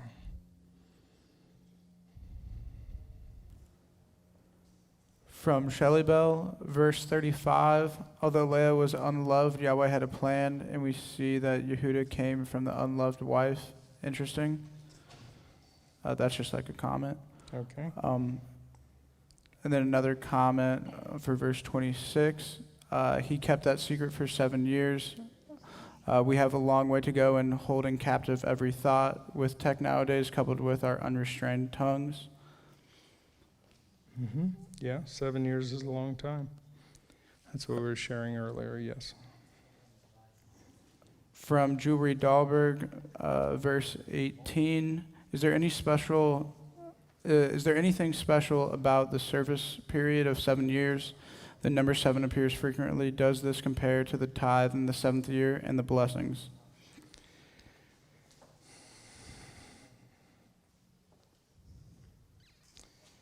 Definitely there's some similarities, but I don't think it ties directly. We see lots of sevens through Scripture, so I don't think there's a direct connection or they're tied, specifically together, no. And then one last comment from Ashley Condon, regards to chapter 29. By marrying both girls, he was able to save them both from worshiping false idols and taking them away from their father. True. Yeah. And that is it for chapter 29. Okay. Any other questions on 29 in here? Okay. Go ahead, Rocky. Rocky.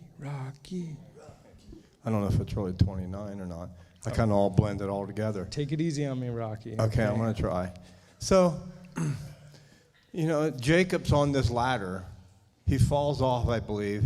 He has brain damage, and then he realizes he marries this other woman and didn't get Rachel. It's like, oh, man. So I can relate to that. I've been hit in the head so many times, I seriously must have brain damage. Have to. So, but what I get from it is he desired this woman so much. And I have desired people and places and things in my life so much that I would do anything and have done anything to achieve those things. And then get them and go like, oh, that's not enough. I need something else. What's next?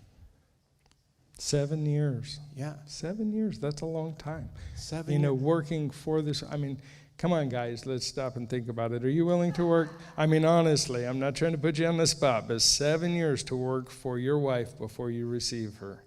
I mean, that's a long time, and that is dedication, truthfully. You got to give Yaakov a round of applause. Yeah. 7 years is a long time, and I think we can learn a lot from that, and we should. So I agree, Rocky. Yeah, it's a long time. Right. So that's, I'm wondering if he's like, he's showing me that, you have to desire Yahweh like you desire other things in life. But yeah, it's but that you servitude. can't see him. Mm-hmm. I want to experience him like I experience other things in life. How you do that? You have to do that through people, through the ministry, through their leadership, yeah, and through the fellowship. It's that process, right? It's that aliyah, it's that different level, walking in the door and first, gaining those initial understandings, and it's a process, and the deeper we get into Scripture, not so much deeper, maybe that's a bad term, I don't want to go there, but, the further we get into an understanding of what this is about and who He is, then we start ascending. Yep. Thank you. Thank you. Yeah, amen. Justin. I got one more here real quick. I was just curious about Laban. Just makes me wonder.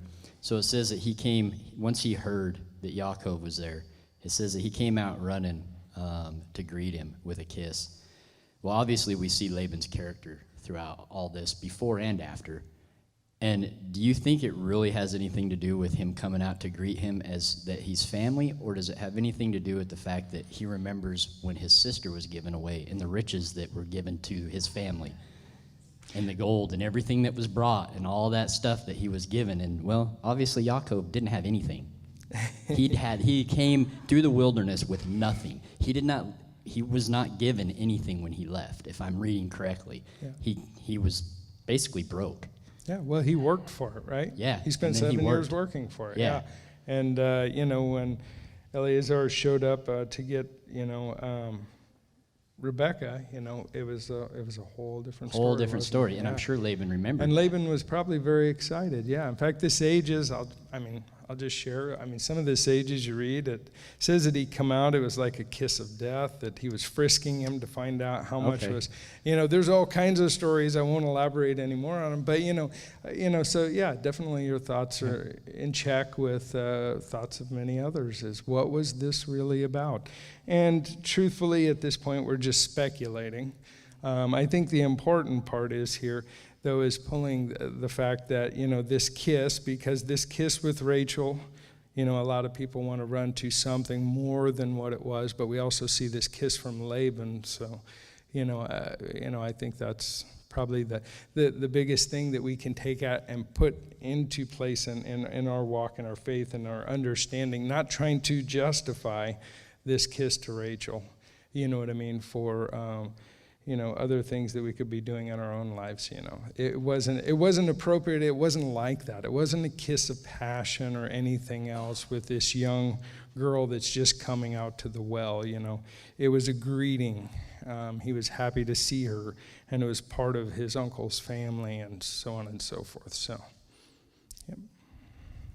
Any other questions in 29? Live stream anymore? Anything? You good? Okay, chapter 30. Okay, let's see. It talked about how Rachel gave her servant as a wife. So I can imagine that's not how it's done today.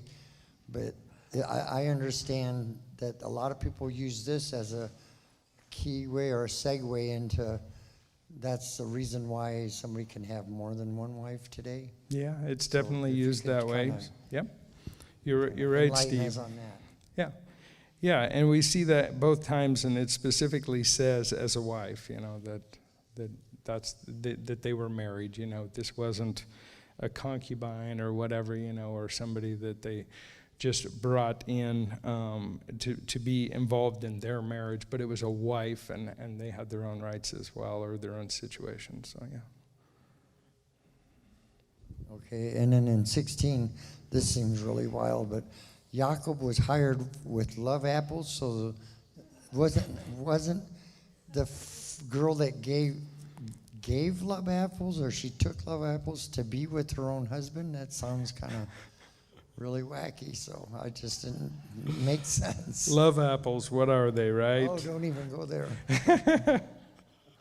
Somebody's going to.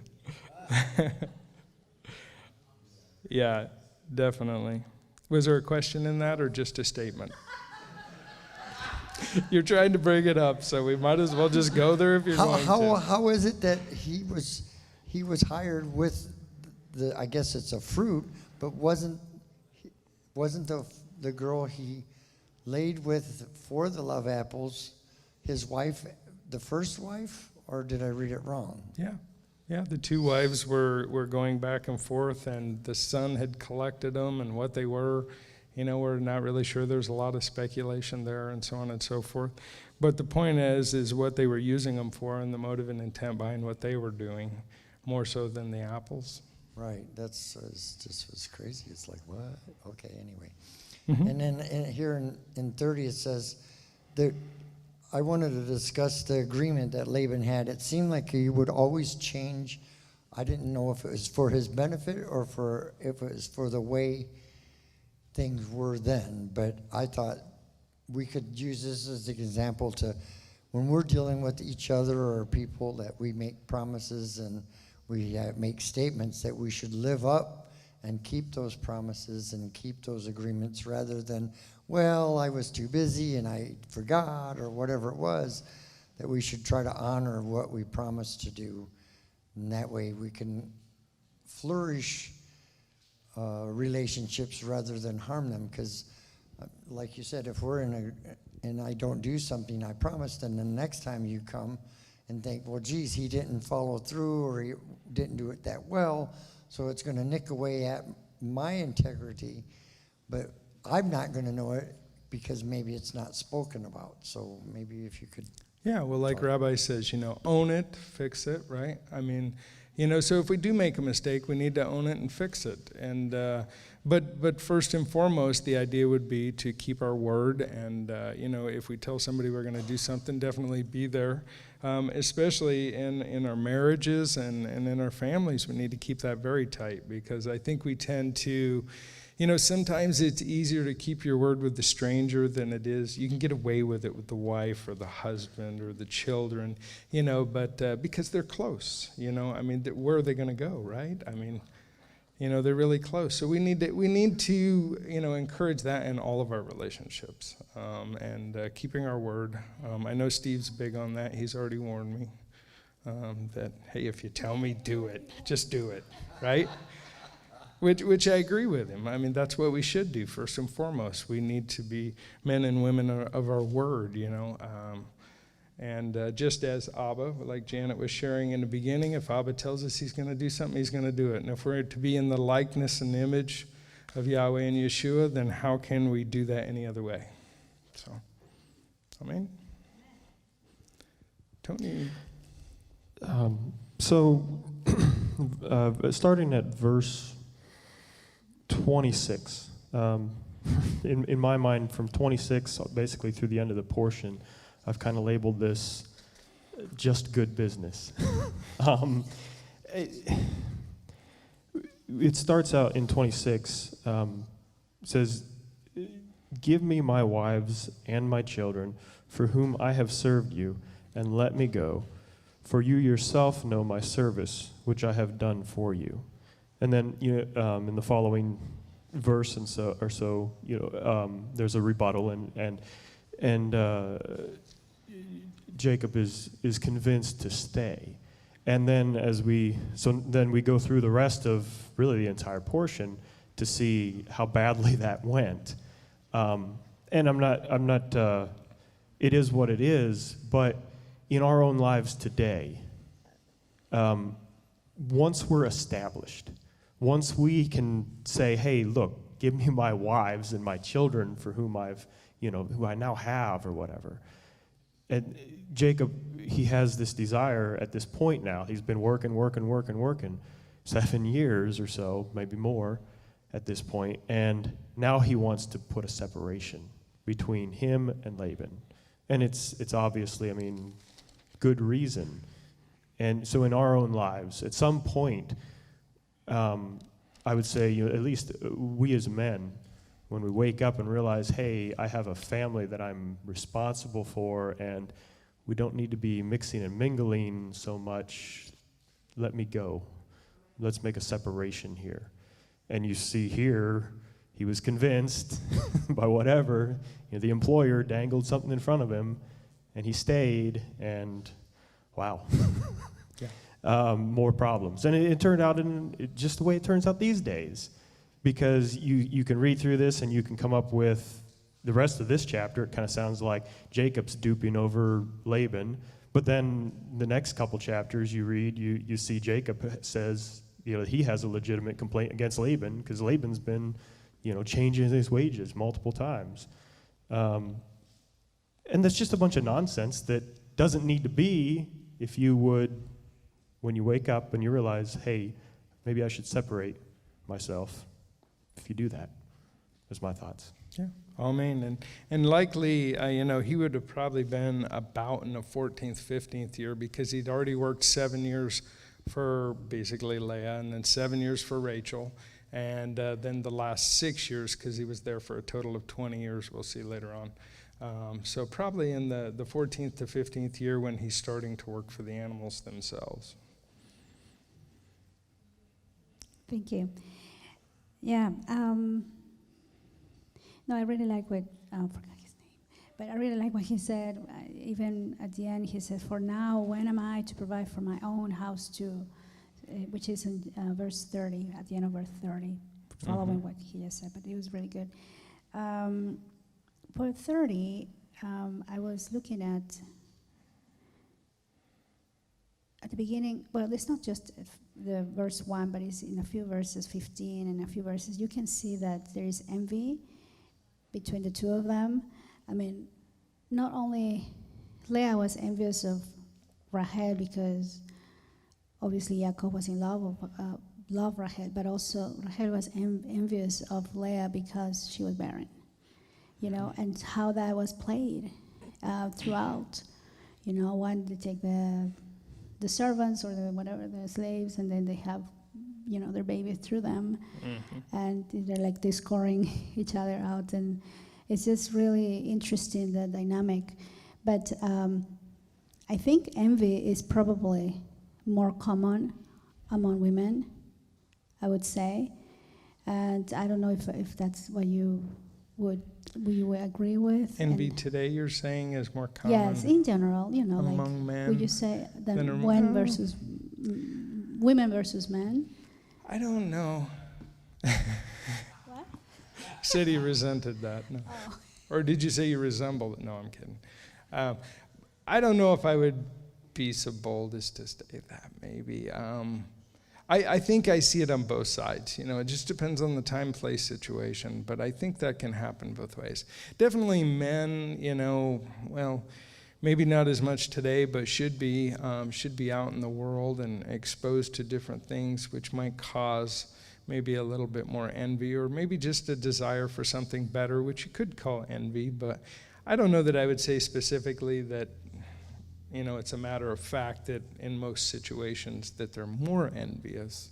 I think maybe it might be more outward sometimes, where women tend to maybe keep things a little quieter. So that's a possibility. But I think today, with everything that's flashed in front of our eyes and all the social media and the stuff, the connections, all the stuff that we're inundated with, I think it's across the board. If anything, yeah.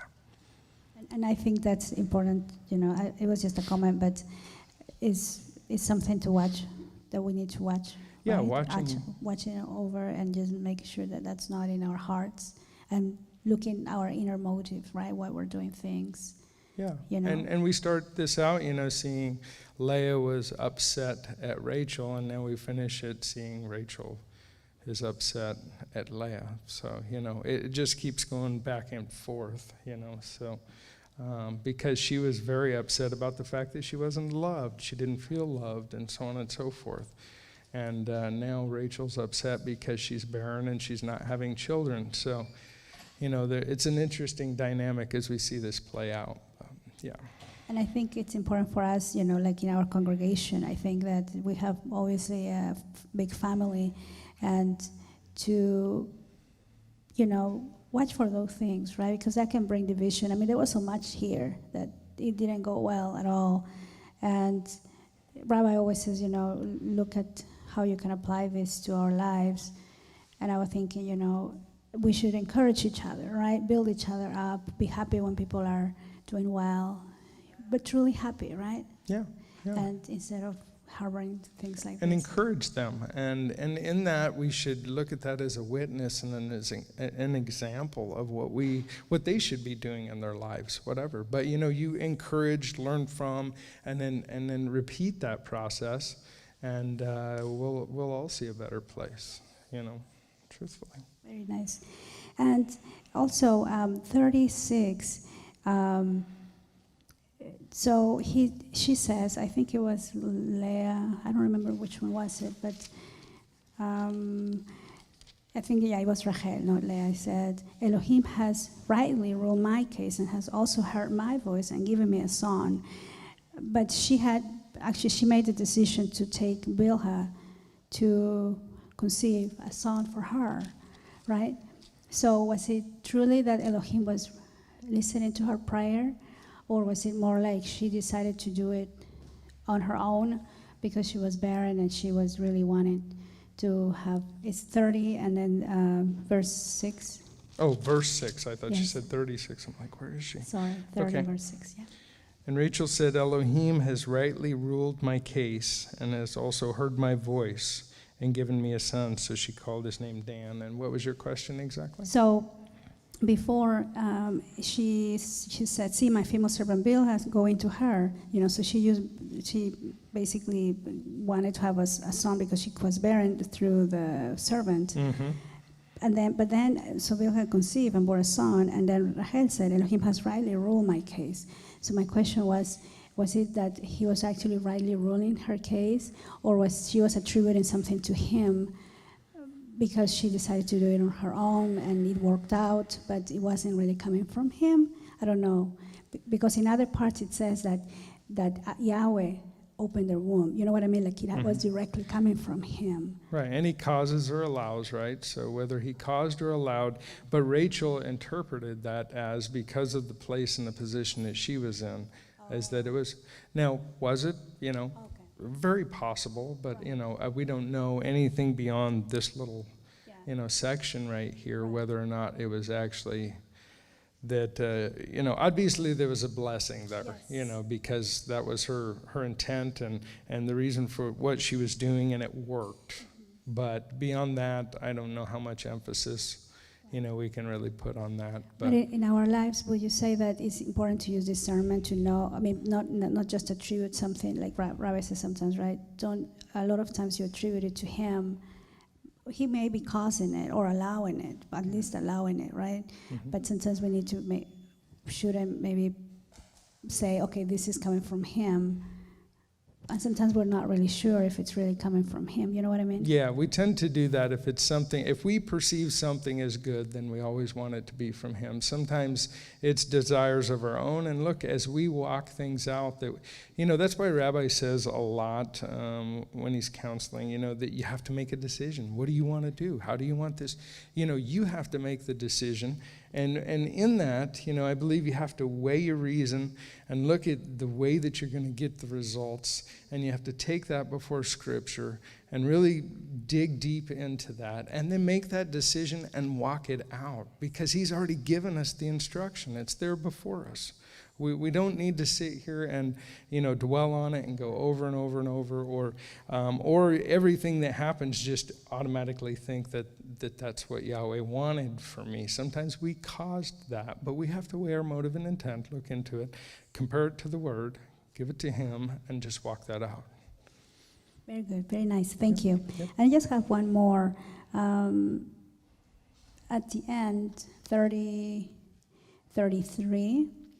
It was Jacob who says, and my righteousness shall answer for me in time to come, when you come concerning my wages. And he says everyone that is not speckled, all that, right? But when he says that my righteousness shall answer for me in time to come, is he trying to say that Yahweh will bless me according to my righteousness, and he will see me coming through and bless me with the animals? Or what does that mean exactly, my righteousness shall answer to me? Let me pass through all your flocks today, starting in 32, removing from there all the speckled and spotted sheep and all the black ones among the lambs and the spotted and speckled among the goats. And these shall be my wages, and my righteousness shall answer for me in the time to come. Yes, based on the blessing or the situation, whether they're spotted or speckled, or whether they go to Laban or him. Basically, Yaakov is just giving it to Abba, saying, if my righteousness is correct, then he'll bless me, and we'll see the fruit of that, or the results of that.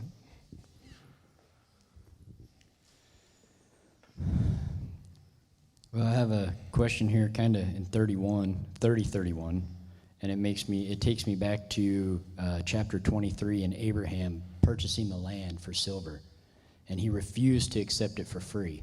And just as Yaakov here is saying, give me not, he's refusing to take it for free. He's willing to work for it, because he says, what do I give you? And Yaakov says, don't give me anything.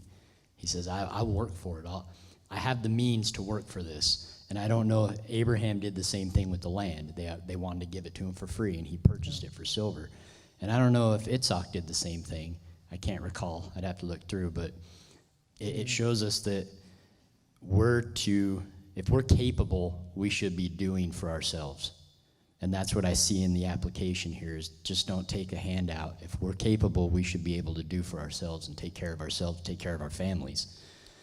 Yeah. That's just the application I see there. Yeah, just because there is a handout and something's available. We talked about, I think, a few weeks ago during that. But yeah, just because there's a handout available does not mean we should take it. We should first want to work for it and earn it.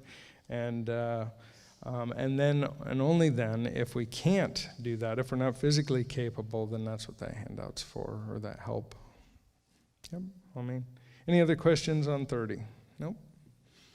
Live stream? From Ashley Williams, verses 3 through 13. Why was Rachel allowed to claim Bilhah and Zilpah's children as hers and therefore part of the promise, but Sarah wasn't able to claim Ishmael as her child and part of the promise?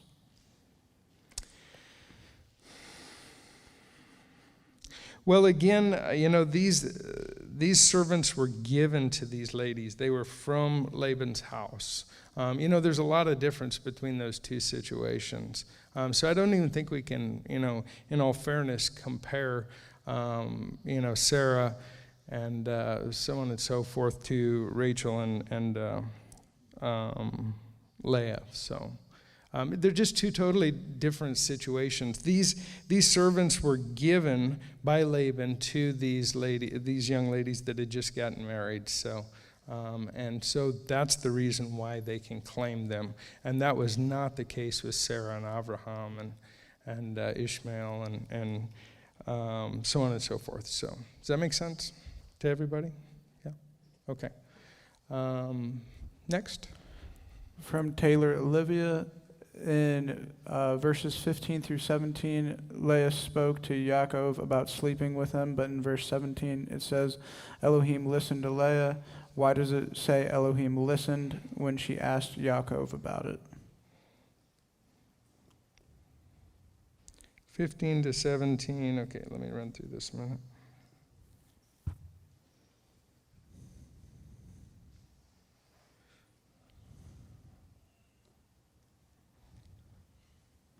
Okay, and what was the question specifically? It says Elohim listened to Leah. Why does it say Elohim listened when she asked Yaakov about it?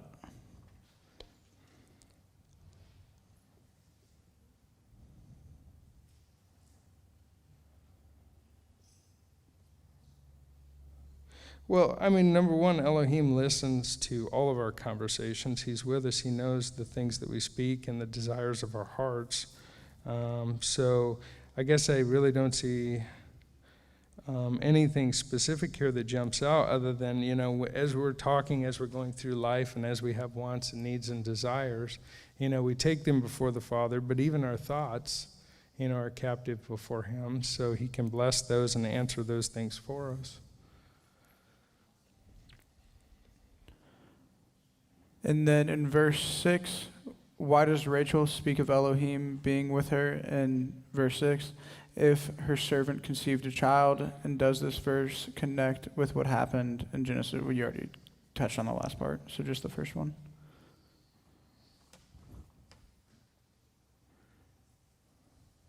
Okay, and Rachel said, Elohim has rightly ruled my case and has also heard my voice and given me a son. So she called his name Dan. And the question again? So the question is, why does Rachel speak of Elohim being with her if her servant conceived the child? Well, again, because these servants were given to these ladies, so therefore, it was like part of them. So, I don't think we can read anything more into it other than that these servants were given to them, and then they became the spouse of their husband. And so when they conceived, it was like, they had given birth themselves, so to speak, because of the relationship between the ladies. That is all for chapter 30. That is all for 30. Okay, any other 30s in here? Oh.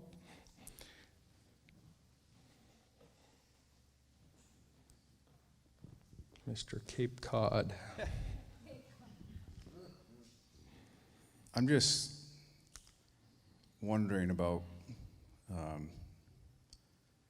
we can see that Yaakov is like a take charge kind of guy, and he knows livestock because he knew that they should have been being out eating. Mm-hmm. And he told them, just get the things watered already. What are you doing? So then, when he makes his deal with Laban, he says he'll take the ones that kind of look lousy, not like pure white ones. And so Laban's like, well, this is great, but that's fine. But so apparently he's counting on Yahweh to bless it. But then it's kind of weird because he's employed by this guy, or he has a deal with him, but then it seems like he stacks the deck in his favor by doing this, peeled rods thing. So whatever that means, I'm looking at what kind of example is that to us? Right. Like, is that okay if it's a dishonest guy? Then you. I think the peeled rods have little to do with it. The point is that as you started out, is that Yaakov was willing to work for it. He was ready to get his motive, his intent was correct. He was going in the right direction, and it was a deal that him and Laban made. And what happened? What happened from there is that Yaakov was blessed for the things that he was doing, and the honesty and stop and look at the righteousness just in the way he dealt with Laban from day one. He was tricked and he was deceived, and he handled it and he dealt with it and he continued working. He didn't turn his back on it, and Abba blessed him. Mm-hmm. And that's what we need to put into practice in our lives, is working hard and staying focused, and Abba will bless that. Yeah, thank you. Amen.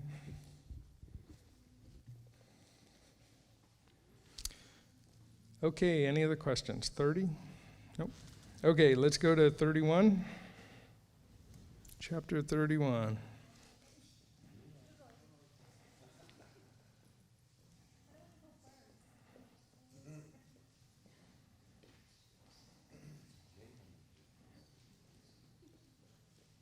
Shamish Steve. All right. It right there at the top, it talks about how Yahweh told Moses he's going to fill Yehuda, or excuse me, the person I'm trying to think, I don't see the name, but He's filling them with the spirit of knowledge, understanding, and all the work of a specific trade. And so I think that we could look at that and not envy the other person's trade, but embrace what Abba gave you and try to excel at it rather than looking at why didn't I get that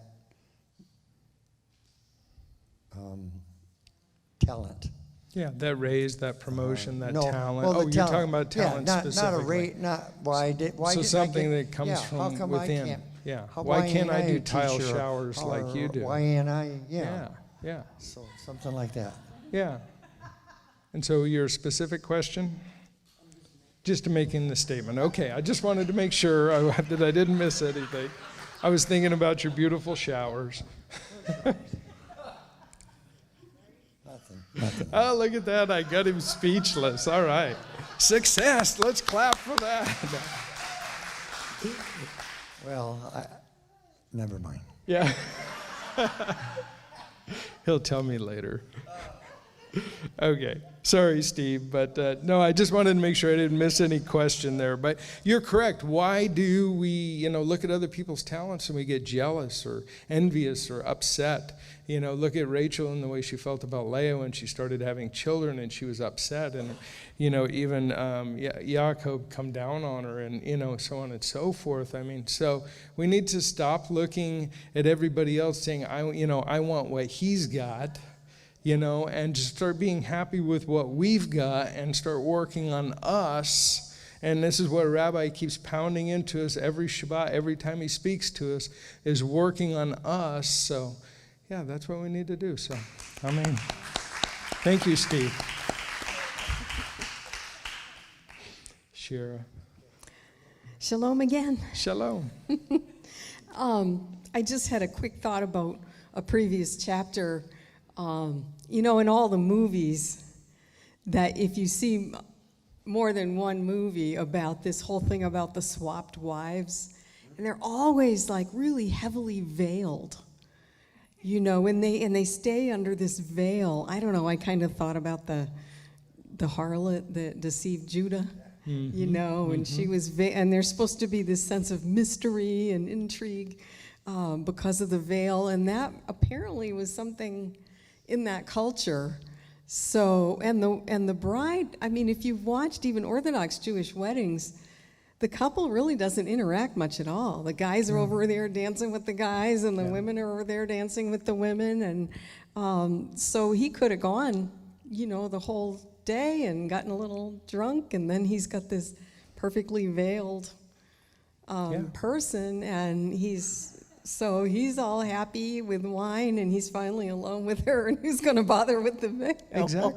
Exactly.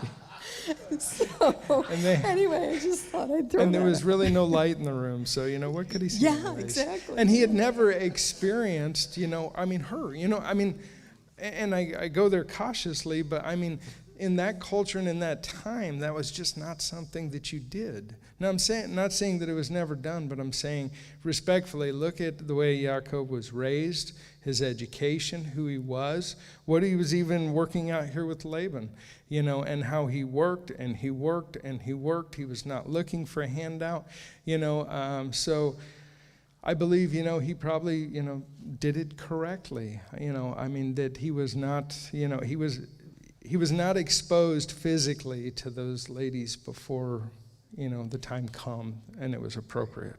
So that's just my thoughts, Yeah, I think it's really interesting to ponder that. But from chapter 31 in verse 24, I think it's really interesting. Yahweh says something.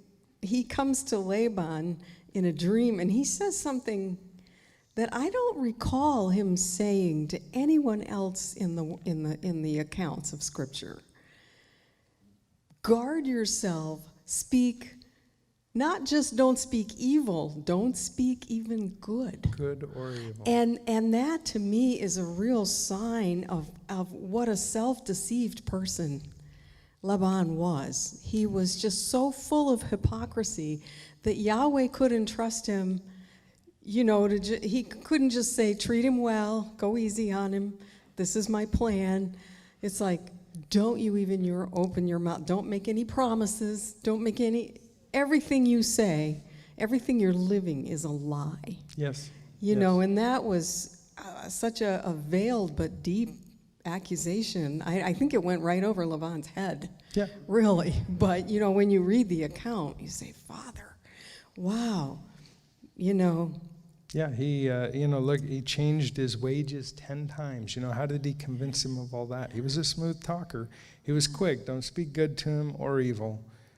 Just don't. Yeah. So, yeah. But then, we've gone all around the whole thing about, in past Torah studies, about Rachel taking the house idols and why that might have happened, and Rabbi has had some really good things to say about that. But I just thought from the sense of Yahweh trying to deal with Lavan, because it seems that his daughters had much more respect for Yahweh. When they get these sons, they're thanking Yahweh and naming them according to that they give Yahweh the credit for. And Lavan had lost totally the respect of his daughters, finally, when they're saying, he's taken our inheritance. He's squandered everything. So I was thinking, here's Lavan with these house idols. Possibly the removal of those idols might have been Father Yahweh's last effort to try to wake Lavan up. I don't know. It just was a thought that popped into my head. Yeah, we really can't say, but you can see the picture there. It's possible. That's where we got to leave it. But yeah. Okay, now you don't. And he goes home without his house idols. Yeah. So what is he going to do? Who are you gonna call? Yeah. Who are you gonna call? Who are you gonna rely on? Yeah. Who are you gonna pray to? So it's definitely a step in the right direction. At least we can say that for sure. Yeah. Thank you.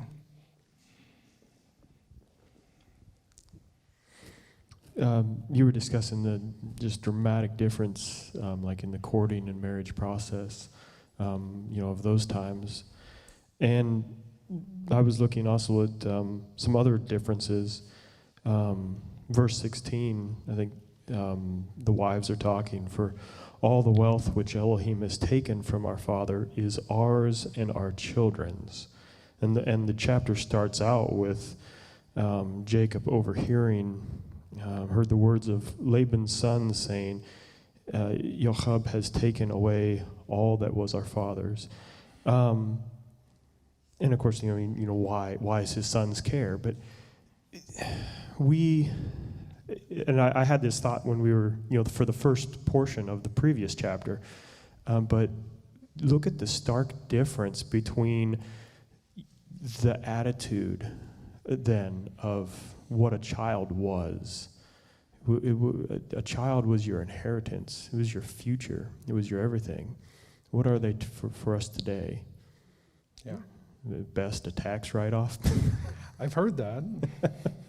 I mean, it's sad to say, but that is we sadly I don't think we celebrate. Oh yeah, they're 18, not mine anymore. But have we put enough into them at that point in time that they'll be a blessing and worth inheriting anything? Are we working hard enough to have anything for them to inherit? It's just wow, just such a tremendous difference. It is. Between then and now. Yeah, amen. I agree to that.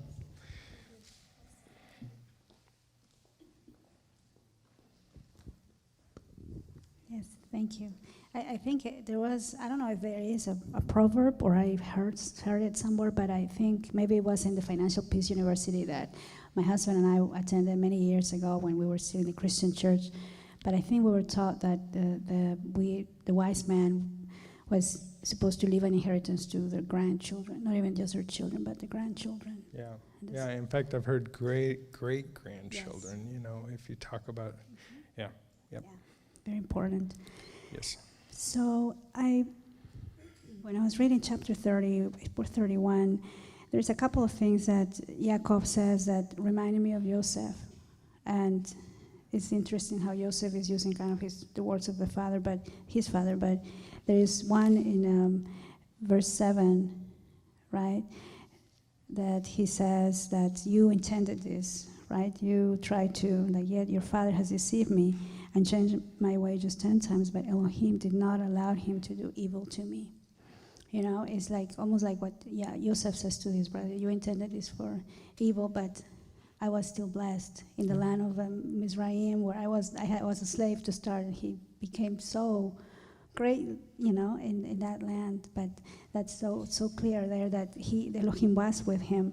And the other one that when he says, verse 42, it says, Elohim has seen my affliction and the labor of my hands, and I think it's 32, the labor of my hands, and then it says, where is it? I'm trying to find it.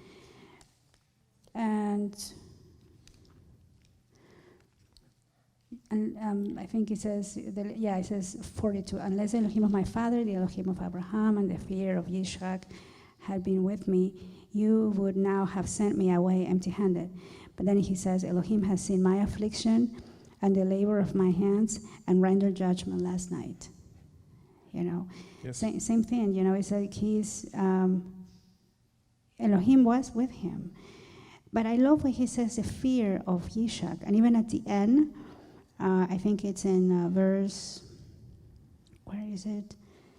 I think it's verse 53, when he says, the Elohim of Abraham, the Elohim of Nahor, and the Elohim of their father rightly rule between us. And it says, and Yaakov swore by the fear of his father Yitzchak. Right. That reverence and respect and that awe, yeah, it was incredible. Yes. I thought it was so beautiful, and you could see how he was, like you were saying, he was raised in a righteous way by his father, you know, Right. by Yitzchak, and Yitzchak was raised in the same way by Abraham. Yeah. And how important it is for us, right, to do the same with our children, with the example that we should give to them. Yes. That was yes. really beautiful. Again, we spend way too much time on social media, and we don't have that family lifestyle, and we need to change that culturally. You know, we need to get back to focusing on our families and really spending that time. And we're all, you know, we're all subject to it. I mean, we all do it. I don't think any one of us can say that we don't, or very few, anyways.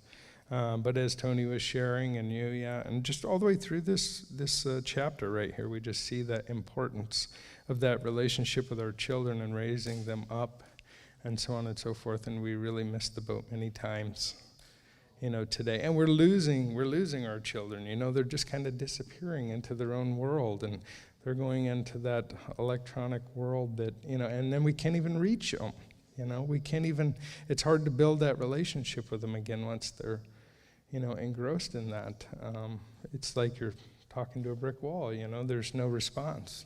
And I hear so many people talking about that. How do I get, you know, through to my children? Well, we need to start at a young age and really limit some of these things of the world that are affecting our children negatively. So, anyways, yes, thank you.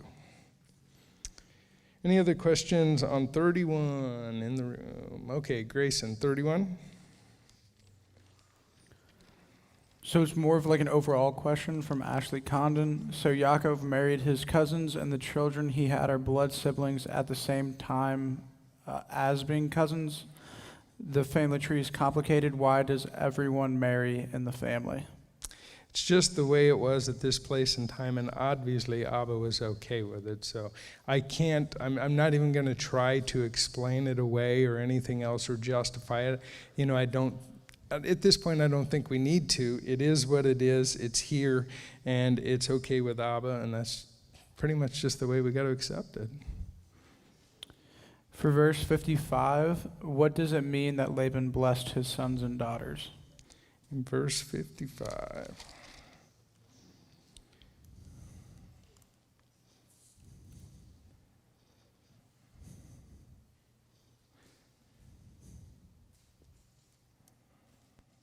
Well, he kissed them. He was seeing them off, so I'm sure he had words to share with them, a few thoughts of his own, you know, giving them hugs, just saying goodbye, kind of the last time that he was really going to speak to them. So I'm sure he had some things that he wanted to share with him. So I don't think it was anything specific like some special blessing or anything else. It was just maybe words of wisdom and just some compassion there. And he was not going to be seeing, his daughters and his grandkids and so on and so forth. So, yep. From Ashley Condon, verse 35, can you please reword this? I'm getting hung up on it.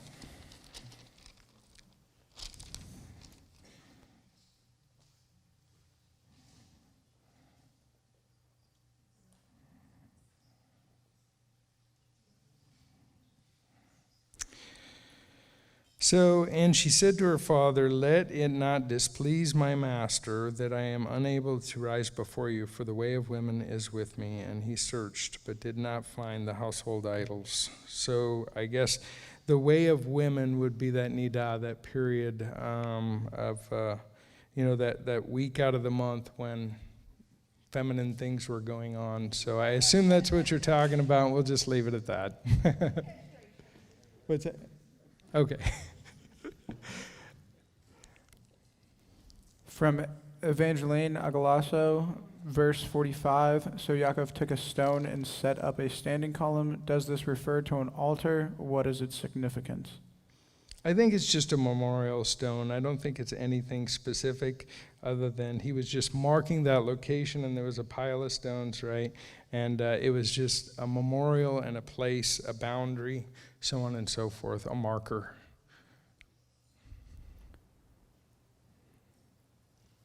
Then I believe chapter 31, verse 42, why does Jacob say the Elohim of Abraham and then the fear of Yitzhak? Why did he only add the fear to Yitzhak and not Abraham? Is there significance in the wording?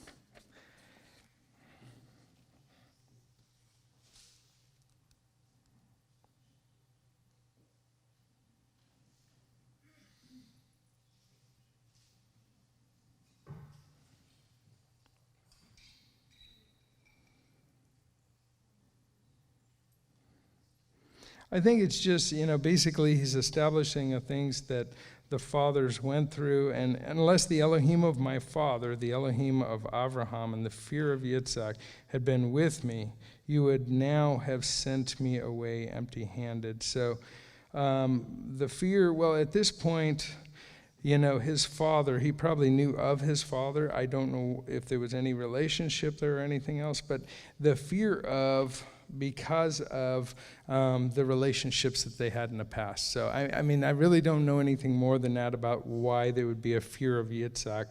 But again, it's a reverence and awe.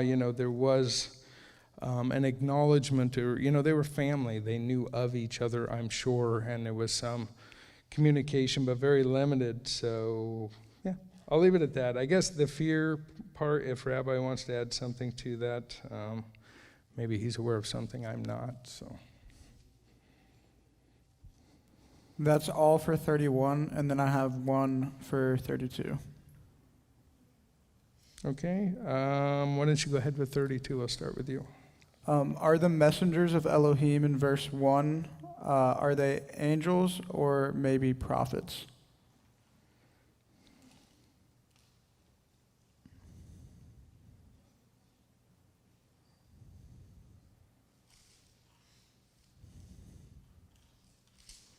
I think, again, it's just that vision, back to the ladder, there was that vision, this time it was a dream, what this was exactly. Obviously, he just knew, and when Yaakov saw them, he said, this is the camp of Elohim, and he called the name of that place Mehanim. So I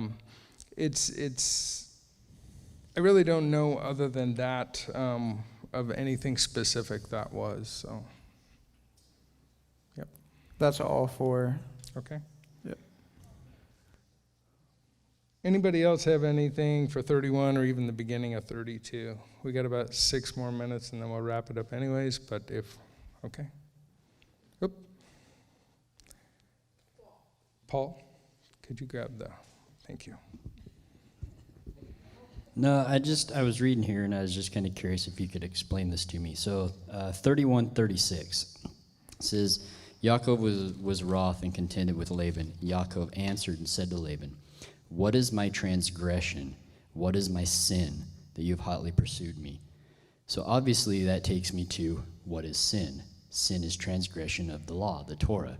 So that explains that there was a very well set standard of knowing what was sin and what isn't at that point, correct? I mean, this is obviously way before Sinai, but this was right after the covenant was made with Abraham. Mm-hmm. And if we're in covenant, if we're not in covenant, sin doesn't apply to us, correct?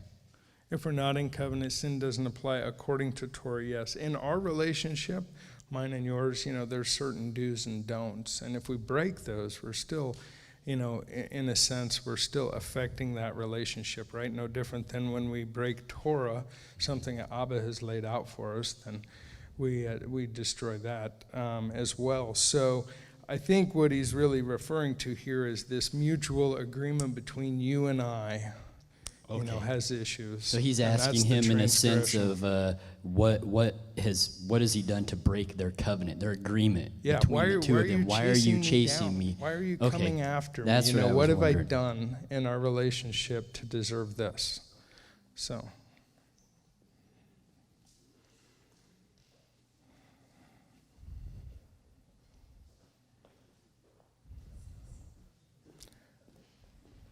Tony, a.k.a. Bob the Builder.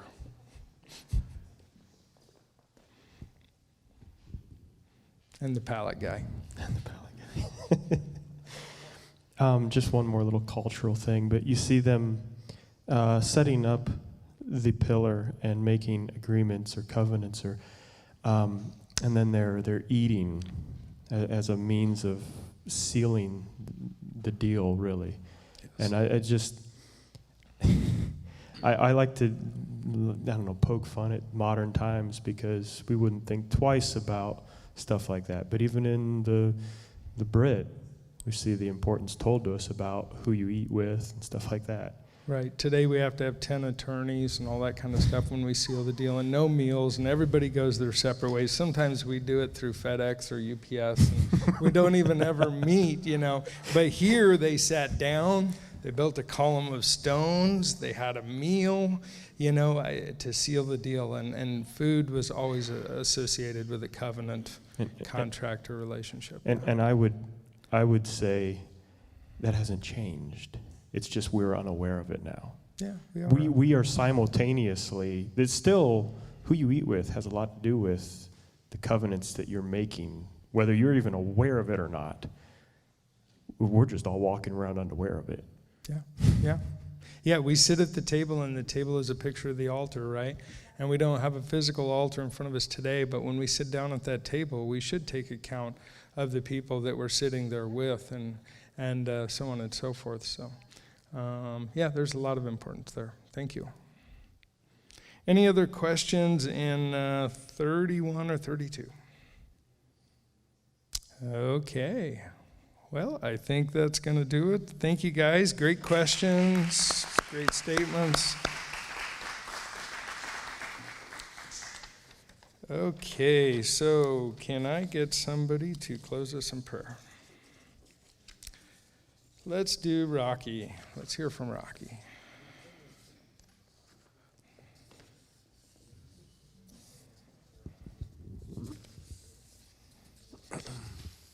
Oh, Heavenly Father, we come to you and we thank you for tonight's Torah study, for our teacher, Shane,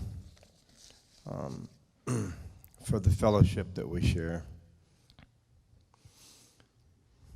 All of this I ask in Yeshua's name. Wow, I almost blew that one. Thank you. Amen. Thank you, Rocky. Okay. All right. Well, let's go. Let's go ahead and anybody that would like to come up, and we'll do a wave goodbye to everyone.